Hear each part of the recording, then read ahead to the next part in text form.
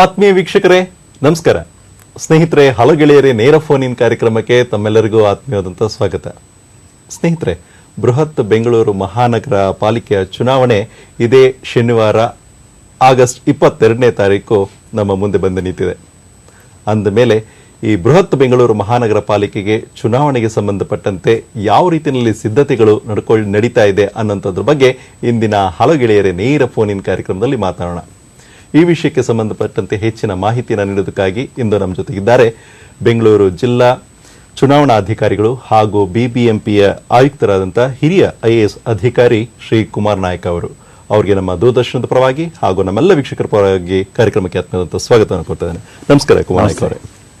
ಸ್ನೇಹಿತರೆ, ಇನ್ನು ಕಾರ್ಯಕ್ರಮವನ್ನು ಆರಂಭ ಮಾಡೋದಕ್ಕಿಂತ ಮುನ್ನ ಸೂಚನೆ, ತಾವು ಕೇಳುವಂತಹ ಪ್ರಶ್ನೆಗಳು ನೇರವಾಗಿರಲಿ, ಸಂಕ್ಷಿಪ್ತವಾಗಿರಲಿ ಹಾಗೂ ಒಬ್ಬರು ಒಂದು ಪ್ರಶ್ನೆಯನ್ನು ಮಾತ್ರ ಕೇಳಿ.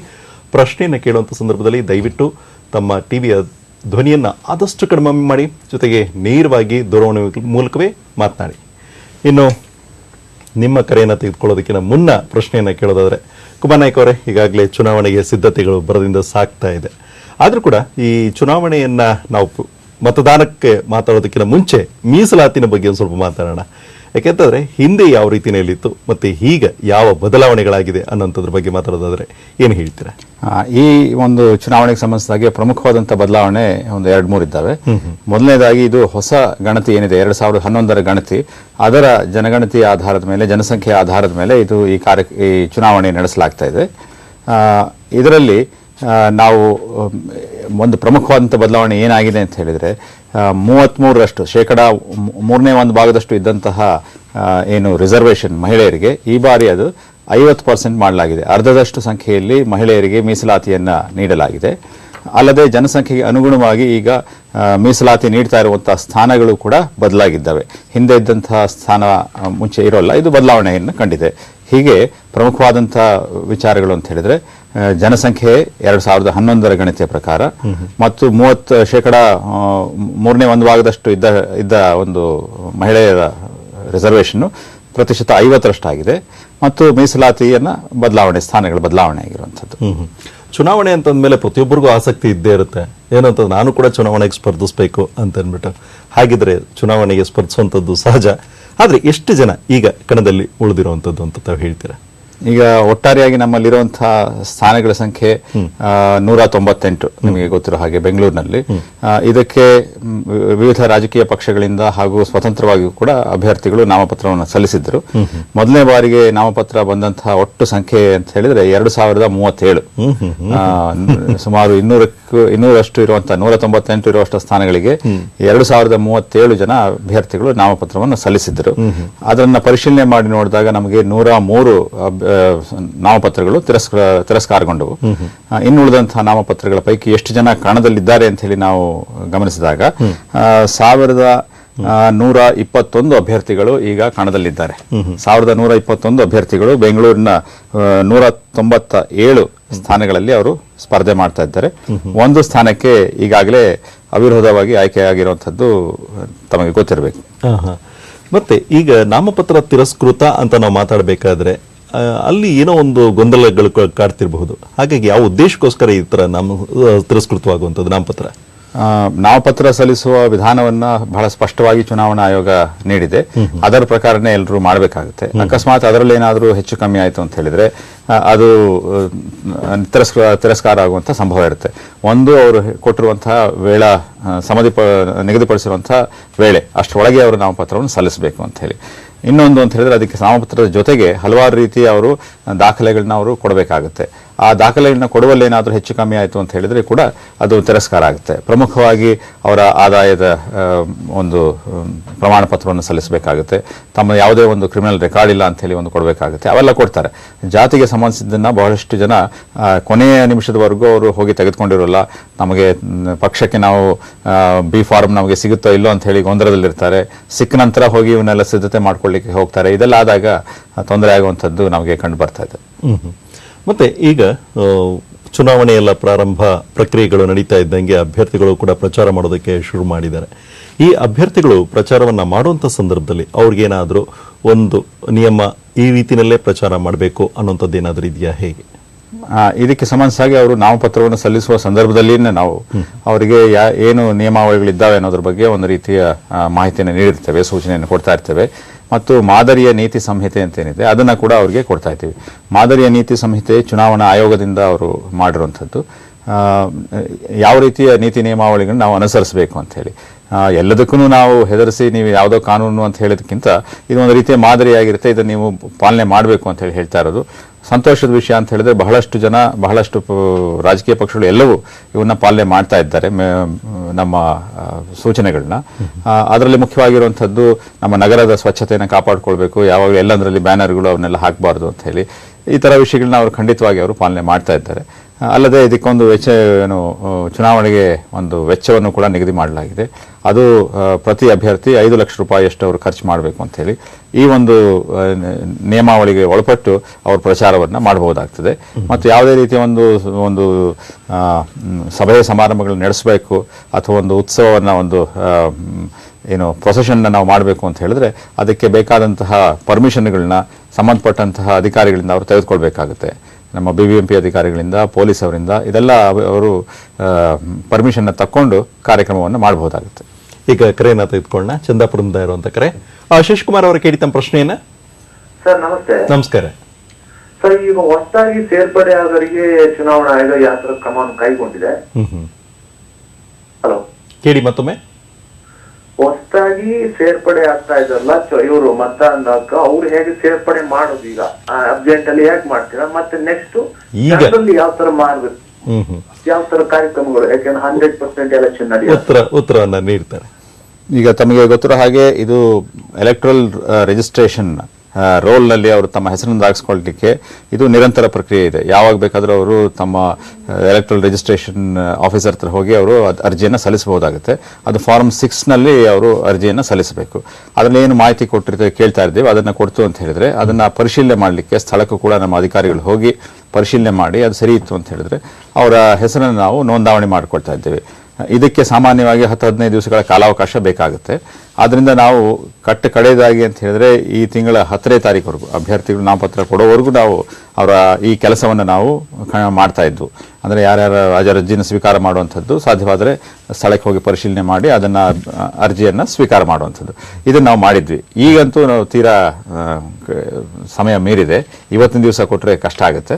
ಕೊಟ್ಟರು ಕೂಡ ನಾವು ಸ್ವೀಕಾರ ಮಾಡ್ತಿದ್ದೀವಿ. ಅದನ್ನ ಕಾಲಾಂತರದಲ್ಲಿ ಅದರಲ್ಲಿ ಅವ್ರನ್ನ ಹೆಸರನ್ನ ನಾವು ಮತದಾರರ ಪಟ್ಟಿಗೆ ಸೇರಿಸ್ತೀವಿ. ಮುಂದಿನ ಚುನಾವಣೆಗಾದ್ರೂ ಅವರಿಗೆ ಖಂಡಿತವಾಗಿ ಅನುಕೂಲವಾಗುತ್ತೆ. 18 ವರ್ಷ ಮೀರಿರೋರು ಅವರ ಬರ್ತ್ಡೇ ಆಚರಣೆ ಮಾಡುವಂತ ಸಂದರ್ಭವನ್ನ ಈ ಒಂದು ರಿಜಿಸ್ಟ್ರೇಷನ್ ಮಾಡಿಸೋ ಸಂದರ್ಭವಾಗಿ ಕೂಡ ಅವರು ಬಳಕೆ ಮಾಡಿಕೊಂಡ್ರೆ ಒಳ್ಳೆಯದು ಅಂತ ಹೇಳಿ ನನಗೆ ಅನಿಸ್ತದೆ. ಇಲ್ಲದ್ರೆ ಎಲ್ಲ ಒತ್ತಡನೂ ಬರೀ ಚುನಾವಣೆಯ ಮುನ್ನಾ ದಿನದಂದು ಬಂತು ಅಂತ ಹೇಳಿದ್ರೆ ಅಧಿಕಾರಿಗಳಿಗೂ ಬಹಳ ಕಷ್ಟ. ಅಂದ್ರೆ ಇದೊಂದು ರೀತಿಯಲ್ಲಿ ಒಳ್ಳೆ ಸಲಹೆ. 18 ವರ್ಷ ತುಂಬಿದೆ ಅಂತಂದ್ರೆ ಇವತ್ತಿನ ದಿವಸ ನಾನು ಹೋಗಿ ನನ್ನ ಒಂದು ಮತದಾನದ ಚೀಟಿಯಲ್ಲಿ ಅಥವಾ ಪಡ್ಕೊಳ್ಳೋದಕ್ಕೋಸ್ಕರ ನಾನು ಪ್ರಯತ್ನ ಮಾಡಬೇಕು ಅನ್ನೋಂಥ ಒಂದು ಅರಿವು ಕೂಡ ಅವರಲ್ಲಿ ಮೂಡಬೇಕು ಅನ್ನೋಂಥದ್ದು. ಆದ್ರೆ ಇದಕ್ಕೆ ಸಂಬಂಧಪಟ್ಟಂತೆ ಎಲ್ಲೋ ಒಂದು ಕಡೆ ಜಾಗೃತಿ ಅನ್ನೋಂಥದ್ದು ಕೂಡ ತುಂಬಾ ಮುಖ್ಯವಾಗುತ್ತೆ. ಆದ್ರೆ ನನ್ನ ಅನುಭವಕ್ಕೆ ಬಂದಿದ್ದು ಆಯ್ತರೆ ಮತ್ತೆ ಚುನಾವಣಾಧಿಕಾರಿಗಳಾಗಿ ನೀವು ಈಗ ಬೆಂಗಳೂರು ವ್ಯಾಪ್ತಿಯಲ್ಲಿ ನಾನೆಲ್ಲೂ ಈ ತರ ಮತದಾನ ಬನ್ನಿ ನಿಮ್ಮ ಹೆಸರು ಸೇರಿಸಿ ಅನ್ನೋಂಥದ್ದೆಲ್ಲೂ ನನಗೆ ಕಾಣಿಸಿಲ್ಲ ನನ್ನ ಕಣ್ಣಿಗೆ. ಹಾಗಾಗಿ ನೀವು ಆ ರೀತಿಯಲ್ಲಿ ಕಣ್ಣಿಗೆ ಕಾಣಿಸೋ ರೀತಿಯಲ್ಲಿ ಏನ್ ಮಾಡಿದ್ದೀರಾ ಅಂತ? ಇದು ಬಹಳ ಪ್ರಸ್ತುತವಾದಂಥ ಪ್ರಶ್ನೆ. ಇದು ಸಾಮಾನ್ಯವಾಗಿ ಈಗಿನ ಯುವಕ ಯುವತಿಯರೆಲ್ಲರೂ ಇದರ ಬಗ್ಗೆ ಅರಿವನ್ನ ಅವರು ಇಟ್ಕೊಂಡಿದ್ದಾರೆ. ಮತ್ತು BBMP ವೆಬ್ಸೈಟ್ನಲ್ಲಿ ಮತ್ತು ಎಲೆಕ್ಷನ್ ಕಮಿಷನರ್ ವೆಬ್ಸೈಟ್ನಲ್ಲಿ ಅವರು ಹೋಗಿ ನೋಡುವಂಥದ್ದು ಅವರಿಗೆ ಬಹಳ ಸುಲಭವಾಗಿದೆ ಇವತ್ತಿನ ದಿವಸದಲ್ಲಿ. ಅಂಥ ಸಂದರ್ಭದಲ್ಲಿ ಅದರಲ್ಲಿ ಕೈ ಹಿಡಿದು ನಡೆಸುವಂತಹ ಒಂದು ಕೆಲವೊಂದು ಸ್ಟೆಪ್ ವೈಸ್ ನಮ್ಮ ಸಲಹೆಗಳಿರ್ತವೆ. ಅದನ್ನ ಕೂಡ ಅವರು ಪಾಲನೆ ಮಾಡಬಹುದು. ಅಲ್ಲದೆ ನಾವು ಎಲೆಕ್ಟ್ರಲ್ ರಿಜಿಸ್ಟ್ರೇಷನ್ ಮತ್ತು ಎಲೆಕ್ಟ್ರಲ್ ರಿವಿಷನ್ ಅಂತ ಮಾಡ್ತಾ ಇರ್ತೀವಿ. ಎಲೆಕ್ಟ್ರಲ್ ರೋಡ್ ರಿವಿಷನ್ ಅಂತ ಹೇಳಿ. ಅದ್ರ ರಿವಿಷನ್ ಅಂತ ಹೇಳಿದ್ರೆ ಎಲ್ಲಿ ತಪ್ಪುಗಳಿದ್ದಾವೆ, ಎಲ್ಲಿ ತೊಂದರೆಗಳಿದ್ದಾವೆ, ಮತ್ತೆ ಮೈಗ್ರೇಷನ್ ಆಗಿ ಜನ ಊರು ಬಿಟ್ಟು ಊರು ಹೋಗಿದ್ದಾರೆ, ಹೀಗೆಲ್ಲ ಇರೋದನ್ನ ನಾವು ಪರಿಷ್ಕರಣೆ ಮಾಡ್ತಾ ಇರ್ತೇವೆ. ಪರಿಶೀಲನೆ ಮಾಡಿ ಪರಿಷ್ಕರಣೆ ಮಾಡ್ತಾ ಇರ್ತೀವಿ. ಅದನ್ನ ನಾವು ವರ್ಷಕ್ಕೆ 1 ಬಾರಿನೋ 2 ವರ್ಷಕ್ಕೆ 1 ಬಾರಿನೋ ತೆಗೆದುಕೊಳ್ತಾ ಇರ್ತೀವಿ ಚುನಾವಣಾ ಆಯೋಗದ ನಿಯಮದ ನಿರ್ದೇಶನದ ಪ್ರಕಾರ. ಆ ಸಂದರ್ಭದಲ್ಲಿ ಆಮೂಲಾಗ್ರವಾಗಿ ಮಾಡ್ತಾ ಇದ್ದೀವಿ ಮತ್ತು ಬಹಳ ಪ್ರಚಾರ ಕೊಟ್ಟು ಕೂಡ ಮಾಡ್ತಾ ಇರ್ತೀವಿ. ಹಾಗಿದ್ರೆ ಈ ಕಡೆ ಒಂದು ಕಡೆ ನೀವು ಹೆಸರನ್ನ ನೋಂದಾಯಿಸುವಂತ ಪ್ರಯತ್ನವನ್ನ ಮಾಡ್ತಾ ಇದ್ದೀರಾ. ಈ ಪ್ರಯತ್ನವನ್ನ ಮಾಡಿದ ನಂತರ ಅವರು ಮತದಾನಕ್ಕೂ ಕೂಡ ಬರಲೇಬೇಕಾಗತ್ತೆ. ಆ ಒಂದು ನಿಟ್ಟಿನಲ್ಲಿ ಅರಿವನ್ನ ಮೂಡಿಸೋ ಉದ್ದೇಶಕ್ಕೋಸ್ಕರ ಮತದಾರರಲ್ಲಿ ಹೇಗೆ ತಾವು ಕಾರ್ಯಕ್ರಮಗಳನ್ನ ರೂಪಿಸ್ತಾ ಇದ್ದೀರಾ? ಇದು ಮತದಾರರು ತಮ್ಮ ಮತವನ್ನು ನೋಂದಾಯಿಸಿಕೊಳ್ತಿದ್ದಾರೆ ಅಂತ ಹೇಳಿದ್ರೆ ಅವರಿಗೆ ಅರಿವು ಮೂಡಿದೆ ಅಂತ ಹೇಳಿ ನಾವು ತಿಳ್ಕೊಳ್ಬೇಕಾಗುತ್ತೆ. ಚುನಾವಣೆಯ ದಿನಾಂಕದಂತೂ ಎಲ್ಲ ಬೆಂಗಳೂರಿಗರಿಗೆ ಇವತ್ತಿನ ದಿವಸ 22ನೇ ತಾರೀಕು ಅನ್ನೋದು ಬಹುಶಃ ಗೊತ್ತಿದೆ ಅಂತ ಹೇಳಿ ತಿಳ್ಕೊಂಡಿದ್ದೇನೆ. ಚುನಾವಣೆಗೆ ಅಥವಾ ಮತದಾರರ ಪಟ್ಟಿಗೆ ಸೇರಿಸಿಕೊಂಡಿರುವ ಸಂಖ್ಯೆನೂ ಕೂಡ ಸಾಕಷ್ಟಿದೆ. ನಾವು ಏನು ಬೆಂಗಳೂರಿನಲ್ಲಿ ಚುನಾವಣೆ ನಡೆಯುತ್ತೆ ಮುಂದೆ ಹೋಯ್ತು ಅಂತ ಹೇಳಿ ಚರ್ಚೆ ಆಗ್ತಾ ಇರುವಂತಹ ಸಂದರ್ಭದಲ್ಲಿ ಸಹ ಸುಮಾರು 2 ಲಕ್ಷಕ್ಕೂ ಹೆಚ್ಚು ಮತದಾರರು ತಮ್ಮ ಮತಪಟ್ಟಿಯಲ್ಲಿ ತಮ್ಮ ಹೆಸರನ್ನು ನೋಂದಾಯಿಸಬೇಕು ಅಂತ ಹೇಳಿ ಅರ್ಜಿಗಳನ್ನ ಸಲ್ಲಿಸಿದ್ರು. ಅದನ್ನು ಕೂಡ ಪರಿಶೀಲನೆ ಮಾಡಿ ಯಾವುದು ಸರಿಗಿದೆ ಯಾವುದು ಸರಿಗಿಲ್ಲ ಅಂತ ಹೇಳಿ ನೋಡ್ಬಿಟ್ಟು ನಾವು ಪರಿಷ್ಕರಣೆ ಮಾಡಿ ಅದರಲ್ಲಿ ಸಾಕಷ್ಟು ಜನ ಸೇರಿಸಿದ್ದೇವೆ. ಹಾಗೆ ಒಟ್ಟು ಮತದಾರರ ಸಂಖ್ಯೆ ಎಷ್ಟಿದೆ ಈಗ? ಇವತ್ತಿನ ದಿವಸ ಸುಮಾರು 71,80,000 ಮತದಾರರ ಪಟ್ಟಿಯಲ್ಲಿದೆ. 15-20 ದಿವಸದಲ್ಲೇ ಸುಮಾರು 50-60 ಸಾವಿರ ಜನ ತಮ್ಮ ಅರ್ಜಿಯನ್ನು ಸೇರಿಸಿಕೊಳ್ಳಿಕ್ಕೆ ಪ್ರಯತ್ನ ಪಟ್ಟಿದ್ದಾರೆ. ಅದರಲ್ಲಿ ಕೆಲವು ಸೇರಿಸಿದ್ದೇವೆ, ಕೆಲವು ಕಾರಣಾಂತರಗಳಿಂದ ಸೇರಿಸಿಲ್ಲ. ಈ ಎಲ್ಲವನ್ನು ನಾವು ಪರಿಶೀಲನೆ ಮಾಡ್ತಾ ಇದ್ದೇವೆ. ಇದು ಬಹಳ ರಭಸದಿಂದ ಭರದಿಂದ ಸಾಗುವಂತ ಕೆಲಸ, ನಗರದ ಮೂಲೆ ಮೂಲೆಗಳಲ್ಲಿ ನಡೆಯುವಂತಹ ಕೆಲಸ. ಇಂತಹ ಸಂದರ್ಭದಲ್ಲಿ ಹಲವಾರು ದೂರುಗಳು ಬರೋದಂತೂ ಸಹಜ. ನಮ್ಮ ಹೆಸರು ಬಿಟ್ಟು ಹೋಯ್ತು, ನಮಗೆ ಸಿಗಲಿಲ್ಲ, ನಮ್ಮ ಹೆಸರನ್ನ ತಪ್ಪಾಗಿ ಹೇಳ್ಬಿಟ್ಟಿದ್ದಾರೆ, ಅಥವಾ ಇವರು ಸೇರಬಾರದಾಗಿತ್ತು ಸೇರ್ಬಿಟ್ಟಿದ್ದಾರೆ, ಹೀಗೆಲ್ಲ ಹಲವಾರು ದೂರುಗಳು ಬರ್ತಾ ಇರುತ್ತೆ. ಆ ದೂರುಗಳು ಬಂದಿದ್ದು ಕೂಡ ನಾವು ಪರಿಶೀಲನೆ ಮಾಡೋದು ನಮ್ಮ ಕೆಲಸದ ಒಂದು ಭಾಗವಾಗ್ತದೆ. This will also take lot of time. ಹಾಗಿದ್ರೆ 2 ಲಕ್ಷ ಸುಮಾರು ಅರ್ಜಿಗಳನ್ನ ಸಲ್ಲಿಸಿದ್ರು ಅಂತ ತಾವು ಹೇಳ್ತಾ ಇದ್ರ, ಎಲ್ಲರೂ ಕೂಡ ಅವ್ರನ್ನ ಸೇರಿಸಿದಿರ ಪಟ್ಟಿಗೆ, ಅಥವಾ ಅವ್ರು ಇನ್ನೂ ಕೂಡ ಸೇರಿಸ್ಕೊಳ್ಳೋದಕ್ಕೆ ಸಾಧ್ಯ ಆಗದೇನೆ ಮುಂದಿನ ದಿನಗಳಲ್ಲಿ ಕಾಯಿರಿ ಅಂತ ಏನಾದ್ರು ಹೇಳುವಂತದ್ದು ಇದೆಯಾ? ಅಂಥದ್ದು ಇದೆ, ಇಲ್ಲ ಅಂತ ಹೇಳ್ತಾ ಇಲ್ಲ. ಯಾಕಂದ್ರೆ ಅವ್ರು ಅರ್ಜಿಗಳನ್ನ ಹಾಕಿದ್ದು ತೀರಾ ಕಡೆದಾಗಿ ಹಾಕ್ತಾ ಇದ್ದಾರೆ. ಈಗ ತಾವು ಬಂದ ಪ್ರಶ್ನೆಯನ್ನು ಕೂಡ ಗಮನಿಸಿರಬಹುದು. ಅಂದ್ರೆ ಸಾಕಷ್ಟು ಇನ್ನ ಮಾಡೋದು ಬಾಕಿ ಇರುತ್ತೆ. ಹಲವಾರು ಕಾರಣಗಳಿಂದ ಅವರು ಹಾಕೊಂಡಿರ್ಲಿಕ್ಕಿಲ್ಲ, ಮತ್ತು ಕೆಲವೊಮ್ಮೆ ಕಾರ್ಯದ ಒತ್ತಡದಿಂದ ನಮ್ಮಲ್ಲಿ ಎಲ್ಲಾದ್ರೂ, ಈಗ ಎಲ್ಲ ಕಡೆನೂ ಒಂದೇ ತರ ಬರೋಲ್ಲ. ಮಲ್ಲೇಶ್ವರದಲ್ಲಿ ಬರೋ ಸಂಖ್ಯೆನೇ ಬೇರೆ, ನಾವು ಹೊರ KR ಪುರಂನಲ್ಲಿ ಅಥವಾ ಮಹದೇವ್ ಇದರಲ್ಲಿ ಪುರಂನಲ್ಲಿ ಬರುವಂತದ್ದು ಆ ಸಂಖ್ಯೆನೇ ಬೇರೆ ಆಗುತ್ತೆ. ಎಲ್ಲಿ ಪಟ್ಟಣ ಬೆಳೀತಾ ಇದೆ, ಎಲ್ಲಿ ಜನಸಂಖ್ಯೆ ಜಾಸ್ತಿ ಆಗ್ತಾ ಇದೆ, ಅಲ್ಲಿ ಒತ್ತಡ ಜಾಸ್ತಿ ಇರುತ್ತೆ. ಅಲ್ಲಿ ಬೇರೆ ಬೇರೆ ರಾಜ್ಯಗಳಿಂದ ಬೇರೆ ಬೇರೆ ಜಿಲ್ಲೆಗಳಿಂದ ಬಂದಂತಹ ಮತದಾರರು ಇರ್ತಾರೆ. ಅದನ್ನ ಕೂಲಂಕುಷವಾಗಿ ಪರಿಶೀಲನೆ ಮಾಡಬೇಕಾಗುತ್ತೆ. ಬಹಳಷ್ಟು ಜನ ಕನ್ನಡ ಬರ್ತಾ ಇರೋಲ್ಲ, ಹೋಗಿ ಹೇಳ್ಬೇಕಾಗುತ್ತೆ, ಇವ್ರಿಗೆ ಅವ್ರ ಭಾಷೆ ಬರೋಲ್ಲ, ಇದೆಲ್ಲ ಇದೆ. ಇವುಗಳ ನಡುವೆ ಕೂಡ ಎಲ್ಲೋ ಒಂದು ಕಡೆ ಈ ಲೋಗೋ ಕೂಡ ಕಡಿಮೆ ಸಂಖ್ಯೆಯಲ್ಲಿತ್ತು, ಸಿಕ್ತಿಲ್ಲ, ಮತ್ತೆ ಮತದಾರರ ಚೀಟಿಯನ್ನು ಹಂಚೋದಕ್ಕೆ ಎಲ್ಲೋ ಒಂದ್ ಕಡೆ ಸಮಸ್ಯೆ ಆಗ್ತಿತ್ತು ಅನ್ನೋಂಥದ್ದು ಕೂಡ ಕೇಳ್ಬಂತು. ಇದು 2 ರೀತಿಯಲ್ಲಿ ಇರ್ತದೆ. ಒಂದು, ಅವರ ಸಲುವಾಗಿ ಕೊಟ್ಟಿರುವಂತದ್ದು ಎಪಿಕ್ ಕಾರ್ಡ್ ಅಂತ ಹೇಳಿ, ಎಲೆಕ್ಟ್ರೋ ಫೋಟೋ ಐಡೆಂಟಿಫಿಕೇಶನ್ ಕಾರ್ಡ್ ಅಂತ ಹೇಳಿ, ಅದು ಅವ್ರ ಹತ್ರ ಇರಬೇಕಾಗಿರುವಂತದ್ದು ಬಹಳ ಸರಿಯಾದ್ದು, ಮುಖ್ಯವಾದದ್ದು. ಅಕಸ್ಮಾತ್ ಇಲ್ಲ ಅಂತ ಹೇಳಿದ್ರು ಅದೇನು ಅವರ ವೋಟಿಂಗ್ ಮಾಡ್ಲಿಕ್ಕೆ ಅಡ್ಡಿ ಆಗೋಲ್ಲ. ಯಾಕಂದ್ರೆ ಎಲೆಕ್ಟ್ರಲ್ ರೋಲ್ ಅಲ್ಲಿ ಅವ್ರ ಹೆಸರು ಇರಬೇಕು. ಮುಖ್ಯವಾಗಿ ಎಲೆಕ್ಟ್ರಲ್ ರೋಲ್ ಅಂತ ಹೇಳಿದ್ರೆ ಅದು ಒಂದು ಮದರ್ ರೋಲ್ ಇದ್ದ ಹಾಗೆ, ಅದರಲ್ಲಿ ಹೆಸರು ಇದ್ರೆ ಮಾತ್ರ ಅವರಿಗೆ ವೋಟಿಂಗ್ಗೆ ಅವಕಾಶ ಇರ್ತದೆ. ಅದನ್ನ ಅವರು ಗಮನಿಸಲಿಕ್ಕೆ ನಮ್ಮ ವೆಬ್ಸೈಟ್ಗೆ ಹೋಗಿ ಅವರು ಗಮನ ನೀಡಬಹುದು. ಯಾವುದು ವೆಬ್ಸೈಟ್? www.bbmp.gov.in ಅಂತ ಹೇಳಿ, ದಟ್ ಇಸ್ ದಿ ವೆಬ್ಸೈಟ್. ಅಲ್ಲಿಗೆ ಹೋಗಿ ನೋಡ್ತು ಅಂತ ಹೇಳಿದ್ರೆ ಅವರು ಹೇಗೆ ನೋಡ್ಕೊಳ್ಬೇಕಾಗತ್ತೆ? ಅಲ್ಲಿ ಹೋದ ನಂತರ ಅಲ್ಲಿ ಏನಾದ್ರು ಮತ್ತೆ ಮುಂದಿನ ಲಿಂಕ್ಗಳು, ಕೆಲವು ಸಂದರ್ಭದಲ್ಲಿ ಏನಾಗುತ್ತೆ, ಅದನ್ನ ಹೇಗೆ ನೋಡ್ಬೇಕು ಅನ್ನೋಂಥದ್ದು ಜನಗಳು ಗೊತ್ತಾಗದೇ ಇರಬಹುದು. ಇಲ್ಲ, ಅದು ಬಹಳ ಕನ್ನಡದಲ್ಲೂ ಇದೆ, ಇಂಗ್ಲಿಷ್ ನಲ್ಲೂ ಹೇಳಿದ್ದೀವಿ. ಅಲ್ಲಿ ಹೋಯ್ತು ಅಂತ ಹೇಳಿದ್ರೆ ತಕ್ಷಣವೇ ಸ್ಟೆಪ್ ಬೈ ಸ್ಟೆಪ್ ಅದು ತಗೊಂಡು ಹೋಗ್ತದೆ. ಅದಕ್ಕೆ ನಾನು ಹೇಳಿದ್ದು ಕೈ ಹಿಡಿದು ನಡೆಸುವಷ್ಟು ಸುಲಭವಾಗಿರ್ತದೆ ಅಂತ ಹೇಳಿ. ಆದ್ರೆ ಇದನ್ನ ನಾವು ಅನ್ಕೊಳ್ಳೋಣ, ವಿದ್ಯಾವಂತರಿಗೆ ಹೆಚ್ಚು ತುಂಬಾ ಸುಲಭವಾಗಿ ಗೊತ್ತಾಗುತ್ತೆ. ಅವಿದ್ಯಾವಂತರು, ನಮ್ಗೆ ಇಂಟರ್ನೆಟ್ ಗೊತ್ತಿಲ್ಲ, ಕಂಪ್ಯೂಟರ್ ಗೊತ್ತಿಲ್ಲ ಅಂತ ಜನಗಳು ಇರ್ತಾರೆ. ಅವ್ರಿಗೆ ಎಲ್ಲಿ ಗೊತ್ತಾಗುತ್ತೆ ನಮ್ಮ ಮತದಾರರ ಚೀಟಿಯಲ್ಲಿ ನಮ್ಮ ಹೆಸರಿದೆ ಅಥವಾ ಒಂದು ಪಟ್ಟಿಯಲ್ಲಿ? ಅಲ್ಲ, ನಾವು ಒಂದು ಅಂಶವನ್ನು ಗಮನಿಸಬೇಕು. ಎಲ್ಲರೂ ತಮ್ಮ ಎಲೆಕ್ಟ್ರಿಸಿಟಿ ಬಿಲ್ ಕಟ್ತಾ ಇದ್ದಾರೆ, ಟೆಲಿಫೋನ್ ಬಿಲ್ ಕಟ್ತಾ ಇದ್ದಾರೆ. ಆದ್ರೆ ಎಲ್ಲಿ ಹೋಗಿ ಕಟ್ಟಬೇಕು, ಯಾವ ರೀತಿ ಮಾಡಬೇಕು ಅಂತ ಹೇಳ್ಬಿಟ್ಟು ಸಾರ್ವಜನಿಕವಾಗಿ ಒಂದು ರೀತಿಯ ಅರಿವಿದೆ. ನಮ್ಮ ಎಲೆಕ್ಷನ್ಗೆ ಸಂಬಂಧಿಸಿದ್ದು ಹೋಯ್ತು ಅಂತ ಹೇಳಿದ್ರೆ ಎಲ್ಲಿ ನಾವು ಕಾರ್ಪೊರೇಷನ್ ಆಫೀಸ್ಗೆ ಹೋಗ್ಬೇಕು ಅನ್ನೋ ಮಾಹಿತಿ ಖಂಡಿತವಾಗಿ ನಮ್ಮ ಜನಕ್ಕೆ ಇದೆ. ಕೇಳಿ ತಿಳ್ಕೊಳ್ತಾನೂ ಇದ್ದಾರೆ.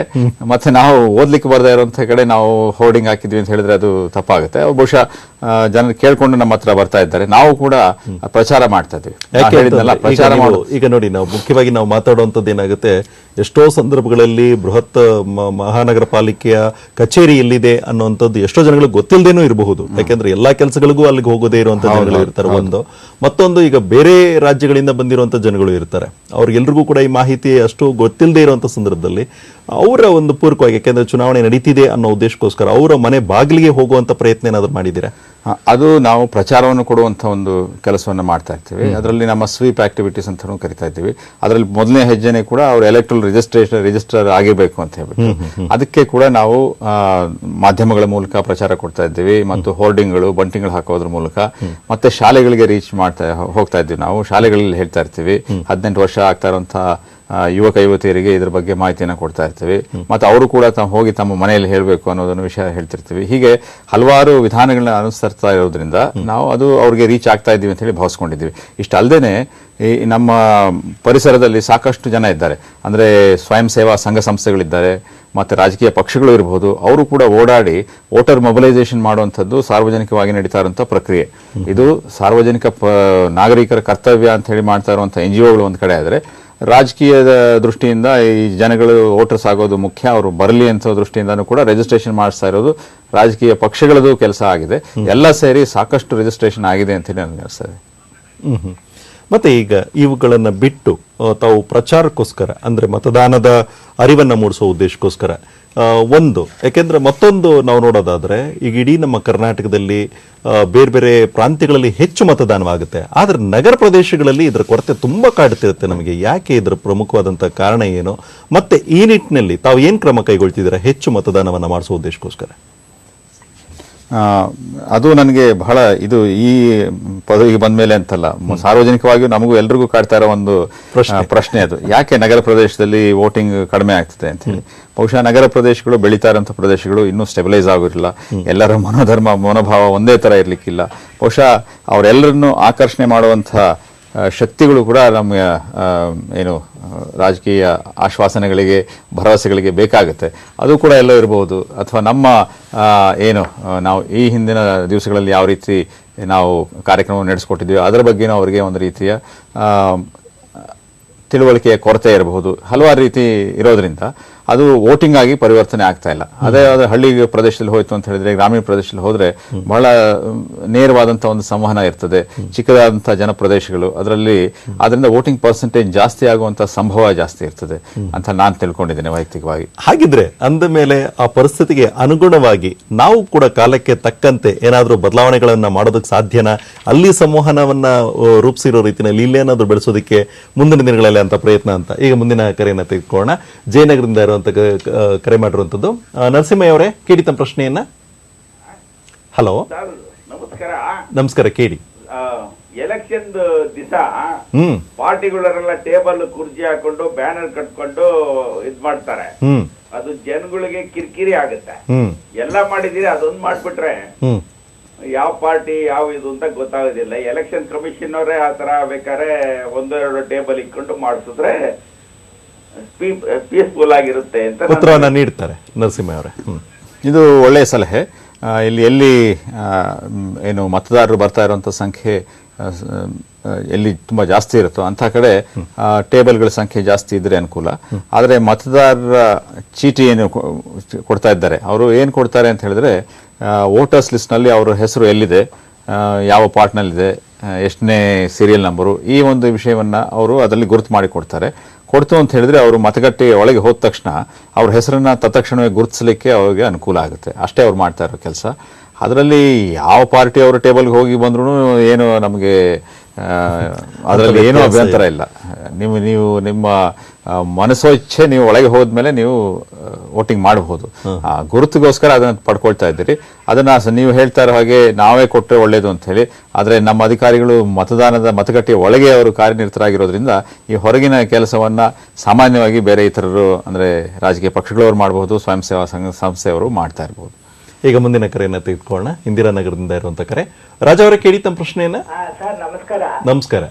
ಏನಂದ್ರೆ ಚುನಾವಣೆಯಲ್ಲಿ ಈಗ ನಾವು ವೋಟ್ ಮಾಡ್ಬೇಕಾದ್ರೆ ಏನೇನು ನಾವು ತೋರಿಸ್ಬೇಕು ಅಲ್ಲಿ ಚುನಾವಣಾ ಅಧಿಕಾರಿಗಳಿಗೆ? ಯಾವ್ದು ಒಂದು ತೋರಿಸಿದ್ರೆ ಸಾಕ, ಅಥವಾ ಇನ್ಯಾವ್ದಾದ್ರು ಈ ಇದು ಆಧಾರ್ ಕಾರ್ಡು, ಅಥವಾ ಚುನಾವಣೆಯಲ್ಲಿ ನಮ್ಗೆ ಎಲೆಕ್ಷನ್ ಅಲ್ಲಿ ಕೊಟ್ಟಿರ್ತಾರಲ್ಲ ಕಾರ್ಡು, ಐಡೆಂಟಿಫಿಕೇಶನ್ ಕಾರ್ಡು, ಯಾವ್ದನ್ನ ನಾವು ತೋರಿಸ್ಬೇಕು ಅದನ್ನ ಸ್ವಲ್ಪ ಒಳ್ಳೆ ಪ್ರಶ್ನೆ, ಉತ್ತರವನ್ನ ನೀಡ್ತಾರೆ. ಇದು ಸಾಮಾನ್ಯವಾಗಿ ಯಾವಾಗಲೇ ಹೇಳ್ತಾ ಇರೋ ಹಾಗೆ ಎಪಿಕ್ ಕಾರ್ಡ್ ಅಂತ ಇರುತ್ತಲ್ಲ, ಅದು ಎಲೆಕ್ಷನ್ಗೆ ಸಂಬಂಧಪಟ್ಟಂತ ನೇರವಾಗಿ ಸಂಬಂಧಪಟ್ಟಂತ ಒಂದು ಗುರುತಿನ ಚೀಟಿ ಆಗಿದೆ. ಅದು ಅವ್ರ ಬಳಿ ಇತ್ತು ಅಂತ ಹೇಳಿದ್ರೆ ಅದನ್ನ ಅವ್ರ ಬಳಕೆ ಮಾಡ್ಕೊಳ್ಳೋದು ಸೂಕ್ತ. ಅದನ್ನು ತೆಗೆದುಕೊಂಡು ಹೋಯ್ತು ಅಂತ ಹೇಳಿದ್ರೆ ಅದರಲ್ಲಿ ಅವ್ರದ್ದು ರೋಲ್ ನಂಬರ್ಗಳೆಲ್ಲ ಇರ್ತದೆ, ರಿಜಿಸ್ಟ್ರೇಷನ್ ನಂಬರ್ ಇರುತ್ತೆ. ಅದನ್ನು ಮತ್ತು ಅಲ್ಲಿ ಎಲೆಕ್ಟ್ರಲ್ ರೋಲ್ ಇರುವಂತದ್ದನ್ನು ತಾಳೆ ಮಾಡಿಬಿಟ್ಟು ಅವ್ರು ಕೊಡ್ತಾ ಇದ್ದಾರೆ. ಏನೀಗ ಒಂದು ಹೆಜ್ಜೆ ಮುಂದೆ ಹೋಗಿದೆ ಅಂತ ಹೇಳಿದ್ರೆ ಸಾರ್ವಜನಿಕರಿಗೆ ಗಮನಿಸಬೇಕಾಗಿರುವಂಥದ್ದು, ಎಲೆಕ್ಟ್ರಲ್ ರೋಲ್ನಲ್ಲಿ, ಅಂದ್ರೆ ಮದರ್ ಎಲೆಕ್ಟ್ರಲ್ ರೋಲ್ ಅಂತ ಹೇಳಿದ್ನಲ್ಲ, ಇದ್ರ ನಮ್ಮ ಪೋಲಿಂಗ್ ಪಾರ್ಟೀಸ್ ಹತ್ರ ಇರುವಂಥದ್ದು, ಅಂದರೆ ನಮ್ಮ ಅಧಿಕಾರಿಗಳ ಬಳಿ ಇರುವಂಥದ್ದು, ಅದರಲ್ಲಿ ಕೂಡ ನಿಮ್ಮ ಫೋಟೋ ಇರ್ತದೆ ಇದರಲ್ಲಿ. ನೀವು ಫೋಟೋ ಐಡೆಂಟಿ ಕಾರ್ಡ್ ತರೋದ್ರ ಜೊತೆಗೆ ನಮ್ಮಲ್ಲೂ ಫೋಟೋ ಇರುತ್ತೆ. ಸೊ ಎರಡೂ ಕೂಡ ನೋಡಿ ಮ್ಯಾಚ್ ಮಾಡಿ ಮಾಡ್ತಾ ಇರ್ತೀವಿ. ಅಕಸ್ಮಾತ್ ನಿಮ್ಮಲ್ಲಿ ಅವತ್ತಿಂದ ದಿನಕ್ಕೆ ನಿಮಗೆ ಫೋಟೋ ಐಡೆಂಟಿ ಕಾರ್ಡ್ ಇರಲಿಲ್ಲ ಅಂತ ಹೇಳಿದ್ರೆ ಬಹುಶಃ ನಿಮ್ಮ ಇನ್ನಿತರ ಪ್ರಮುಖವಾದಂತಹ ಐಡೆಂಟಿ ಕಾರ್ಡ್ಗಳಾದಂತಹ ಆಧಾರೋ ಅಥವಾ ಇನ್ನ ಡ್ರೈವಿಂಗ್ ಲೈಸೆನ್ಸ್ ಅದನ್ನ ನೀವು ತರಬಹುದಾಗುತ್ತೆ. ಆದರೆ ಮುಖ್ಯವಾಗಿ EPIC card is the basis.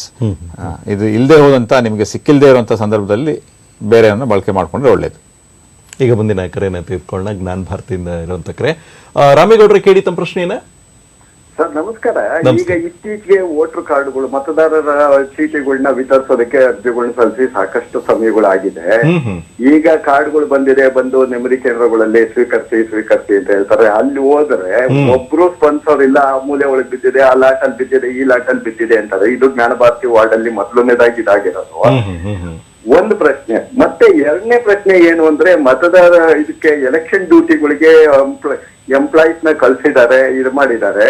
ಅವರು ಬಂದಂತ ಆದೇಶಗಳನ್ನ ಸರಿಯಾದ ರೀತಿಯಲ್ಲಿ ಜಾರಿಗೊಳಿಸದೆ, ಆಮೇಲೆ ಅಲ್ಲಿ ಎಂಪ್ಲಾಯಿ ಐಡಿ ಅಂತ ಹೇಳಿ ವೆಬ್ಸೈಟ್ ಗಳಲ್ಲಿ ನೋಡ್ಕೊಳ್ಳಿ ಅಂತಾರೆ. ಎಂಪ್ಲಾಯಿ ಐಡಿಗಳು ಪೂರ್ಣವಾಗಿ ತಪ್ಪಾಗಿದೆ. ಯಾರ್ದು ಡಿಸ್ಪ್ಲೇ ಬರ್ತಿಲ್ಲ, ಇಲ್ಲ ನಿಮ್ಮ ಆದೇಶ ಬಂದಿದೆ ಅಂತಾರೆ. ಆಮೇಲೆ BBMP ಅಧಿಕಾರಿಗಳು ಚುನಾವಣಾ ಕರ್ತವ್ಯದಲ್ಲಿರೋರು ಫೋನ್ಗಳು ಮಾಡ್ಬಿಟ್ಟು ನಿಮ್ದು ಎಲೆಕ್ಷನ್ ಡ್ಯೂಟಿ ಬಂದಿದೆ ರೀ, ಬನ್ನಿ, ನಾವು ಮೆಸೇಜ್ ಕಳಿಸ್ತೀವಿ, ಬನ್ನಿ ಅಂತ ಈ ತರ ಕರಿತಾ ಇರ್ತಾರೆ. ಅಲ್ಲಿಗೆ ಹೋದ್ರೆ ಅಲ್ಲಿ ಕೇಂದ್ರಗಳಲ್ಲಿ ಯಾರು ಸ್ಪಂದಿಸ್ತಾ ಇಲ್ಲ. ಇದು ಮುಖ್ಯವಾಗಿ ತೊಂದರೆಗಳಾಗ್ತಾ ಇದೆ. ಗೊತ್ತಾಯ್ತು ನಿಮ್ಮ ಪ್ರಶ್ನೆ ಅರ್ಥ ಆಗಿದೆ ರಾಮೇಗೌಡ್ರೆ. ಬಹುಶಃ ಅಲ್ಲಲ್ಲಿ ಈ ರೀತಿಯ ತೊಂದರೆಗಳಾಗಿರುವಂತಹ ಸಂಭವ ಇರುತ್ತೆ, ನಾನು ಇಲ್ಲ ಅಂತ ಹೇಳ್ತಾ ಇಲ್ಲ. ಯಾಕೆಂತ ಹೇಳಿದ್ರೆ ನಾವು ಮತಗಟ್ಟೆಯನ್ನು ಸಜ್ಜು ಮಾಡಲಿಕ್ಕೆ ನಾವು ಹೇಳಿದ ಹಾಗೆ ಮತಗಟ್ಟೆ ಅಧಿಕಾರಿಗಳು ಮತ್ತೆ ಅವರಿಗೆ ಅಸಿಸ್ಟೆಂಟ್ ಮತ್ತೆ ಉಳಿದಂತಹ ಅವರಿಗೆ ಸಹಕಾರ ನೀಡಲಿಕ್ಕೆ ಇನ್ನಿಬ್ರು ಅಥವಾ 3 ಜನ, ಹೀಗೆ ಒಂದು ಮತಗಟ್ಟೆಗೆ 4 ರಿಂದ 5 ಜನರನ್ನ ನಾವು ಲೆಕ್ಕ ಹಾಕೊಂಡು ಸುಮಾರು ಒಟ್ಟಾರೆಯಾಗಿ ಒಂದಷ್ಟು ರಿಸರ್ವ್ ಕೂಡ ಇಟ್ಕೊಳ್ತು ಅಂತ ಹೇಳಿದ್ರೆ 32,000 ಜನನ ನಾವು ಇದರಲ್ಲಿ ತೊಡಗಿಸ್ಕೊಂಡಿದ್ದೇವೆ. 32,000 ಜನದ ಅಂಕಿಅಂಶಗಳು ಮತ್ತು ಹೆಸರುಗಳು ವಿಳಾಸವನ್ನ ನಾವು HRMS ಅಂತ ಇದೆ, human resource management system of the government ಅಂತ ಹೇಳಿ, ಅದರಿಂದ ನಾವು ದಾಖಲೆಗಳನ್ನ ಪಡ್ಕೊಂಡು ನೇರವಾಗಿ ಅವರಿಗೆ ಕಳಿಸುವಂಥ ವ್ಯವಸ್ಥೆ ಅಥವಾ ಆ ಒಂದು ಇಲಾಖೆಯ ಮುಖ್ಯಸ್ಥರ ಮೂಲಕ ಅವರಿಗೆ ಸರ್ವ್ ಮಾಡುವಂಥ ವ್ಯವಸ್ಥೆ, ಇದನ್ನು ಕೂಡ ನಾವು ಮಾಡ್ತಾ ಇದ್ದೀವಿ. ಇದು ಅತ್ಯಂತ ಕಡಿಮೆ ಕಾಲದಲ್ಲಿ ಮಾಡಬೇಕಾಗಿರುವಂಥ ಕೆಲಸ ಆಗಿರೋದ್ರಿಂದ ಇದನ್ನ ಈ ಸಂದರ್ಭದಲ್ಲಿ we would like to jump certain steps. ಒಂದು, ನಾವು ಪೋಸ್ಟಲ್ಲಿ ಕಳಿಸೋದಕ್ಕಿಂತ ನೇರವಾಗಿ ಅವ್ರದ್ದು ಮೊಬೈಲ್ ನಂಬರ್ ಇತ್ತು ಅಂತ ಹೇಳಿದ್ರೆ ನೇರವಾಗಿ ಮೊಬೈಲ್ ನಂಬರಲ್ಲಿ ಮಾತಾಡ್ತಾ ಇದ್ದೀವಿ. ಇಂಥ ಕಡೆಗೆ ಇಂಥ ಸ್ಥಳಕ್ಕೆ ಬಂದು ನೀವು ಟ್ರೈನಿಂಗ್ ತಗೊಳ್ತೀರಿ ಅಂತ ಹೇಳಿದ್ರೆ ಅದೇನೋ ಸುಳ್ಳಾಗಿ ಯಾರೋ ಫೋನ್ ಮಾಡಲ್ಲ.